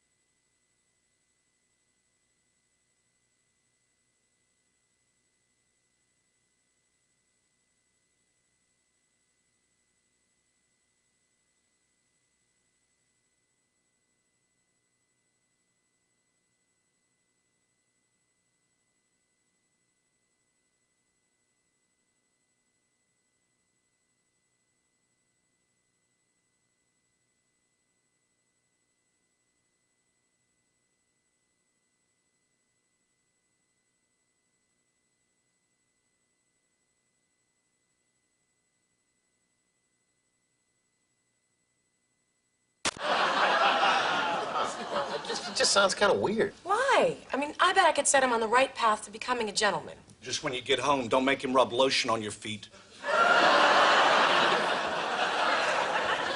Tends to stick with the person.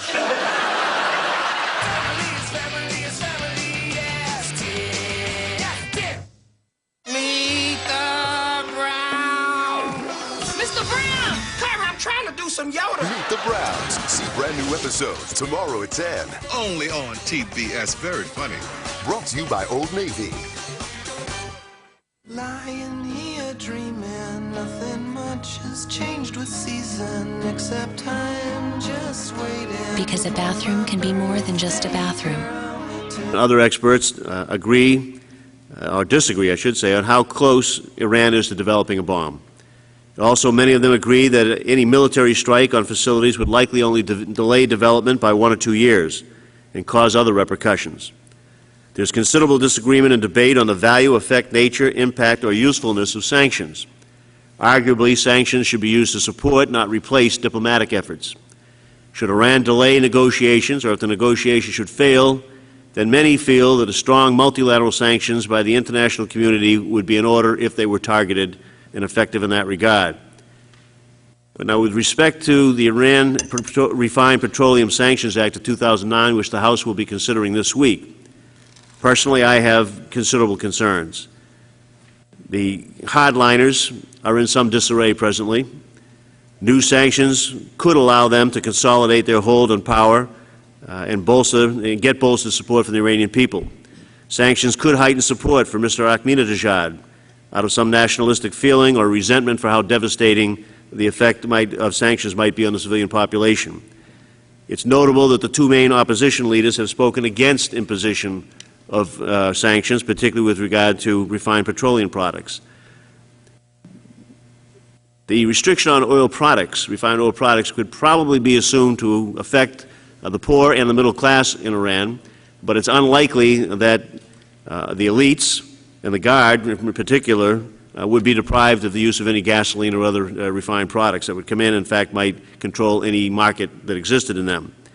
So we have a large question here to do. I think Jeff and others may have a different opinion on that, but I could only support the IRPSA if I was assured that its current language, which I read to mandate the sanctions as opposed to provide the flexibility of the President to implement them, would either be delayed before any final passage to a more appropriate time on the diplomatic pressure process that the administration is following, or if they were modified prior to passage to provide the President's more flexibility. If we get those assurances, then we may get it through the House so that it can go to the Senate and be modified in a conference there if necessary. Only with more flexibility in exercising sanction authority might the President secure greater cooperation from our partners in taking effective action and ultimately facilitate a change in Iranian policies. Now is a critical stage in the intense diplomacy seeking to impose significant international pressure on Iran. I think the legislator ought to take care not to harm those prospects as they go forward. So it's with interest that we listen to our experts on the panel here today. We want to make sure that we move in the proper nations, including most recently the Washington Post. She is also a regular contributor to Time magazine on the topic of Iran. Ms. Wright is the author of several books on Iran and the Middle East, including most recently Dreams and Shadows, The Future of the Middle East. She holds a BA and an MA from the University of Michigan. Ambassador James Dobbins is the Director of International Security and Defense Policy Center at the RAND Corporation. He has held a number of positions in government, including U.S. Representative to the December 2001 Bonn Conference, where he worked directly with Iran in helping to reestablish a government in Afghanistan after the fall of the Taliban. Ambassador Dobbins also formerly served as Assistant Secretary of State for Europe and a Special Assistant to the President. He holds a BS from Georgetown University. So thank you for all of our distinguished witnesses for making yourselves available here today. I know at least Dr. Maloney and Ambassador Dobbins have testified before the subcommittee before, so we welcome you back. It's the policy of this committee to swear in all witnesses before we begin our testimony, so I ask that all of you please stand and raise your right hand. Do you solemnly swear to tell the truth, the whole truth, and nothing but the truth? Thank you very much. The record will please reflect that all of the witnesses answered in the affirmative. And I tell you what I think you already know, that all of your written statements will be entered on the record by unanimous consent. We try to limit the testimony to about 5 minutes if possible, so that we'll have time for questions and answers after that. And Dr. Maloney, if you'd be kind enough to start with your testimony. Thank you very much, Chairman Tierney, Congressman Flake, and the members of the committee for this opportunity to discuss the prospects and implications for sanctions. Could you please, I'm sorry, could you please pull that microphone closer? Of course, I'm sorry. Thank you so much. Thank you for the opportunity to be here today to discuss the prospects and implications of using sanctions to influence the behavior of the Islamic Republic of Iran. I will summarize my testimony, which has been submitted in longer written form, But I find it predictably ironic that less than a year after the Obama administration began its efforts to engage the Iranians in a comprehensive diplomatic dialogue, the discourse in Washington and around the world has already shifted toward an enthusiastic embrace of punitive measures. The search for alternative mechanisms for influencing Iran is completely understandable given the current context, both in terms of the increasing crackdown within Iran, as well as Iran's repeated rebuffs of the offers of the Obama administration and the rest of the international community to engage in a serious dialogue. At the same time, I think it's unfortunate that the track record for sanctioning Iran is really not an auspicious one, and the key prerequisites for a successful sanctions-oriented approach, protracted duration, and broad adherence are almost certainly unattainable today with respect to Iran. There are some more promising indications of a more conducive. Officials held direct bilateral talks at the highest level since Iran's revolution. Yet Iran and its nuclear program still present significant challenges to the United States and the international community. Nearly a year after President Obama extended a hand to Iran in his inaugural address, we have yet to see Iran unclench its fist. Instead, Iran continues to develop its nuclear program in the shadows. It claims that its nuclear program is designed for peaceful civilian purposes, yet it refuses to cooperate fully and transparently with the International Atomic Energy Agency and its inspectors. It raises significant concerns about the true nature and intent of Iran's nuclear ambitions. Last September, the United States, along with its allies, disclosed that Iran had long been building a secret nuclear reactor in Qom. This revelation was followed last month by an official UN resolution condemning Iran's failure to disclose the site as required under the Nuclear Non-Proliferation Treaty. The resolution was approved with strong international support by a 25-3 vote, with both Russia and China voting in favor of condemning Iran. There are many strong options, both within the United States and around the world, on how best to manage the many challenges that Iran presents. I think that many of us support the President's strategy of engagement, but if that fails to bear fruit, then a lot of us are contemplating what must be the next step, and that's what brings us together here today. We've assembled a distinguished panel of experts to share with us their thoughts on the vital national security question at hand. You know, I just on a personal side of this, I just want to make a couple of points. I don't think that anybody condones the fact that Iran has nuclear weapons or is moving in that direction, and we think that Iran with nuclear weapons is a major threat to American interest. It's a threat to Israel, a threat to peace and stability in the Middle East. Any program to which they may have a right as a party to the Nuclear Non-Proliferation Treaty must be peaceful, civilian, open, transparent, and subject to inspection by the International Atomic Energy Agency. Disclosure of previously secret nuclear facilities, as we've seen, threatens to, and the threat to replicate that 10 times over, a general unwillingness to reasonably engage with the international community. Obviously, all of those behaviors by Iran cause concern. The United States and the international community has made, I think, a considerable effort to negotiate and engage that is yet to be reciprocated. That was a test for Iran's leadership. If it was serious about its claims that only a civilian nuclear program was being pursued, there was no reason it should not have agreed to export to Russia or elsewhere and allow the IAEA inspections. So what are our options? Governments and intelligence agencies weigh in the most effective way, and we welcome you and thank you for your testimony. With that, I defer to Mr. Flake for his opening remarks. I thank the Chairman. I look forward to today's hearing. I, myself, not a fan of economic sanctions, particularly those imposed unilaterally. And so it has to be a pretty high bar, in my view, to go this direction. I share the Chairman's concern about the refined petroleum sanctions. I note that there is not a virulently anti-American feeling in Iran among the population, and I hope we can keep it that way. And I am concerned about changing that.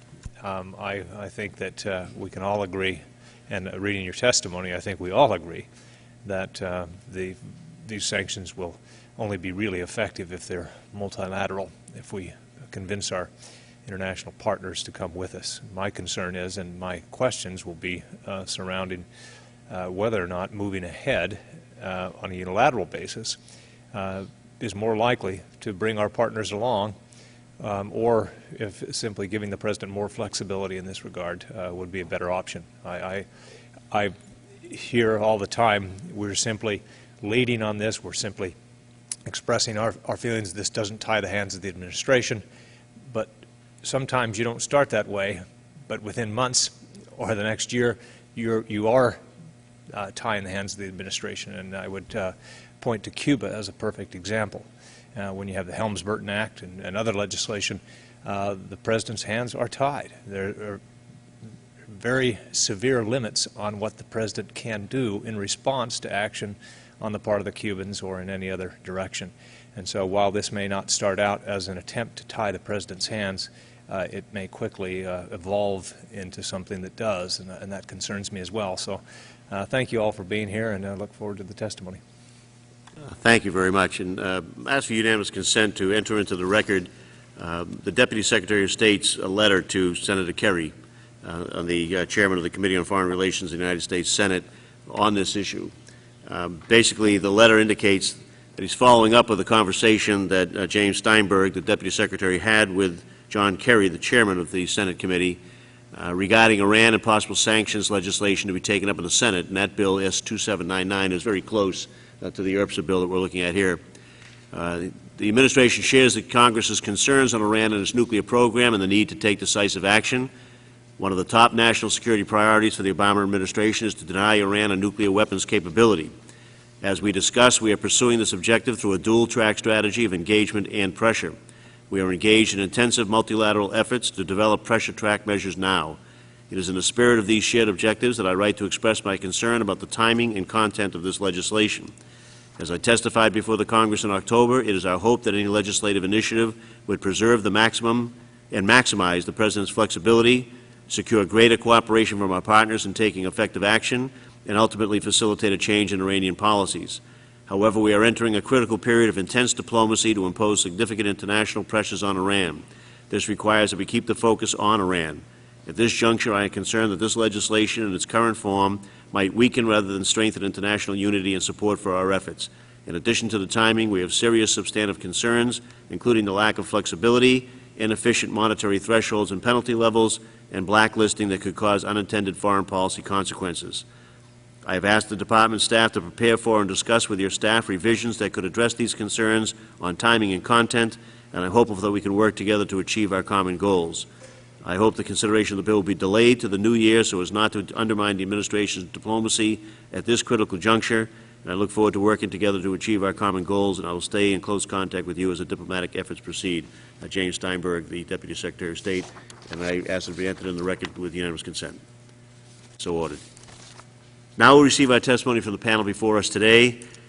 Just give a brief introduction of our witnesses as they appear on the panel. Dr. Suzanne Maloney is a senior fellow with the Brookings Institution's Sabin Center for Middle East Policy.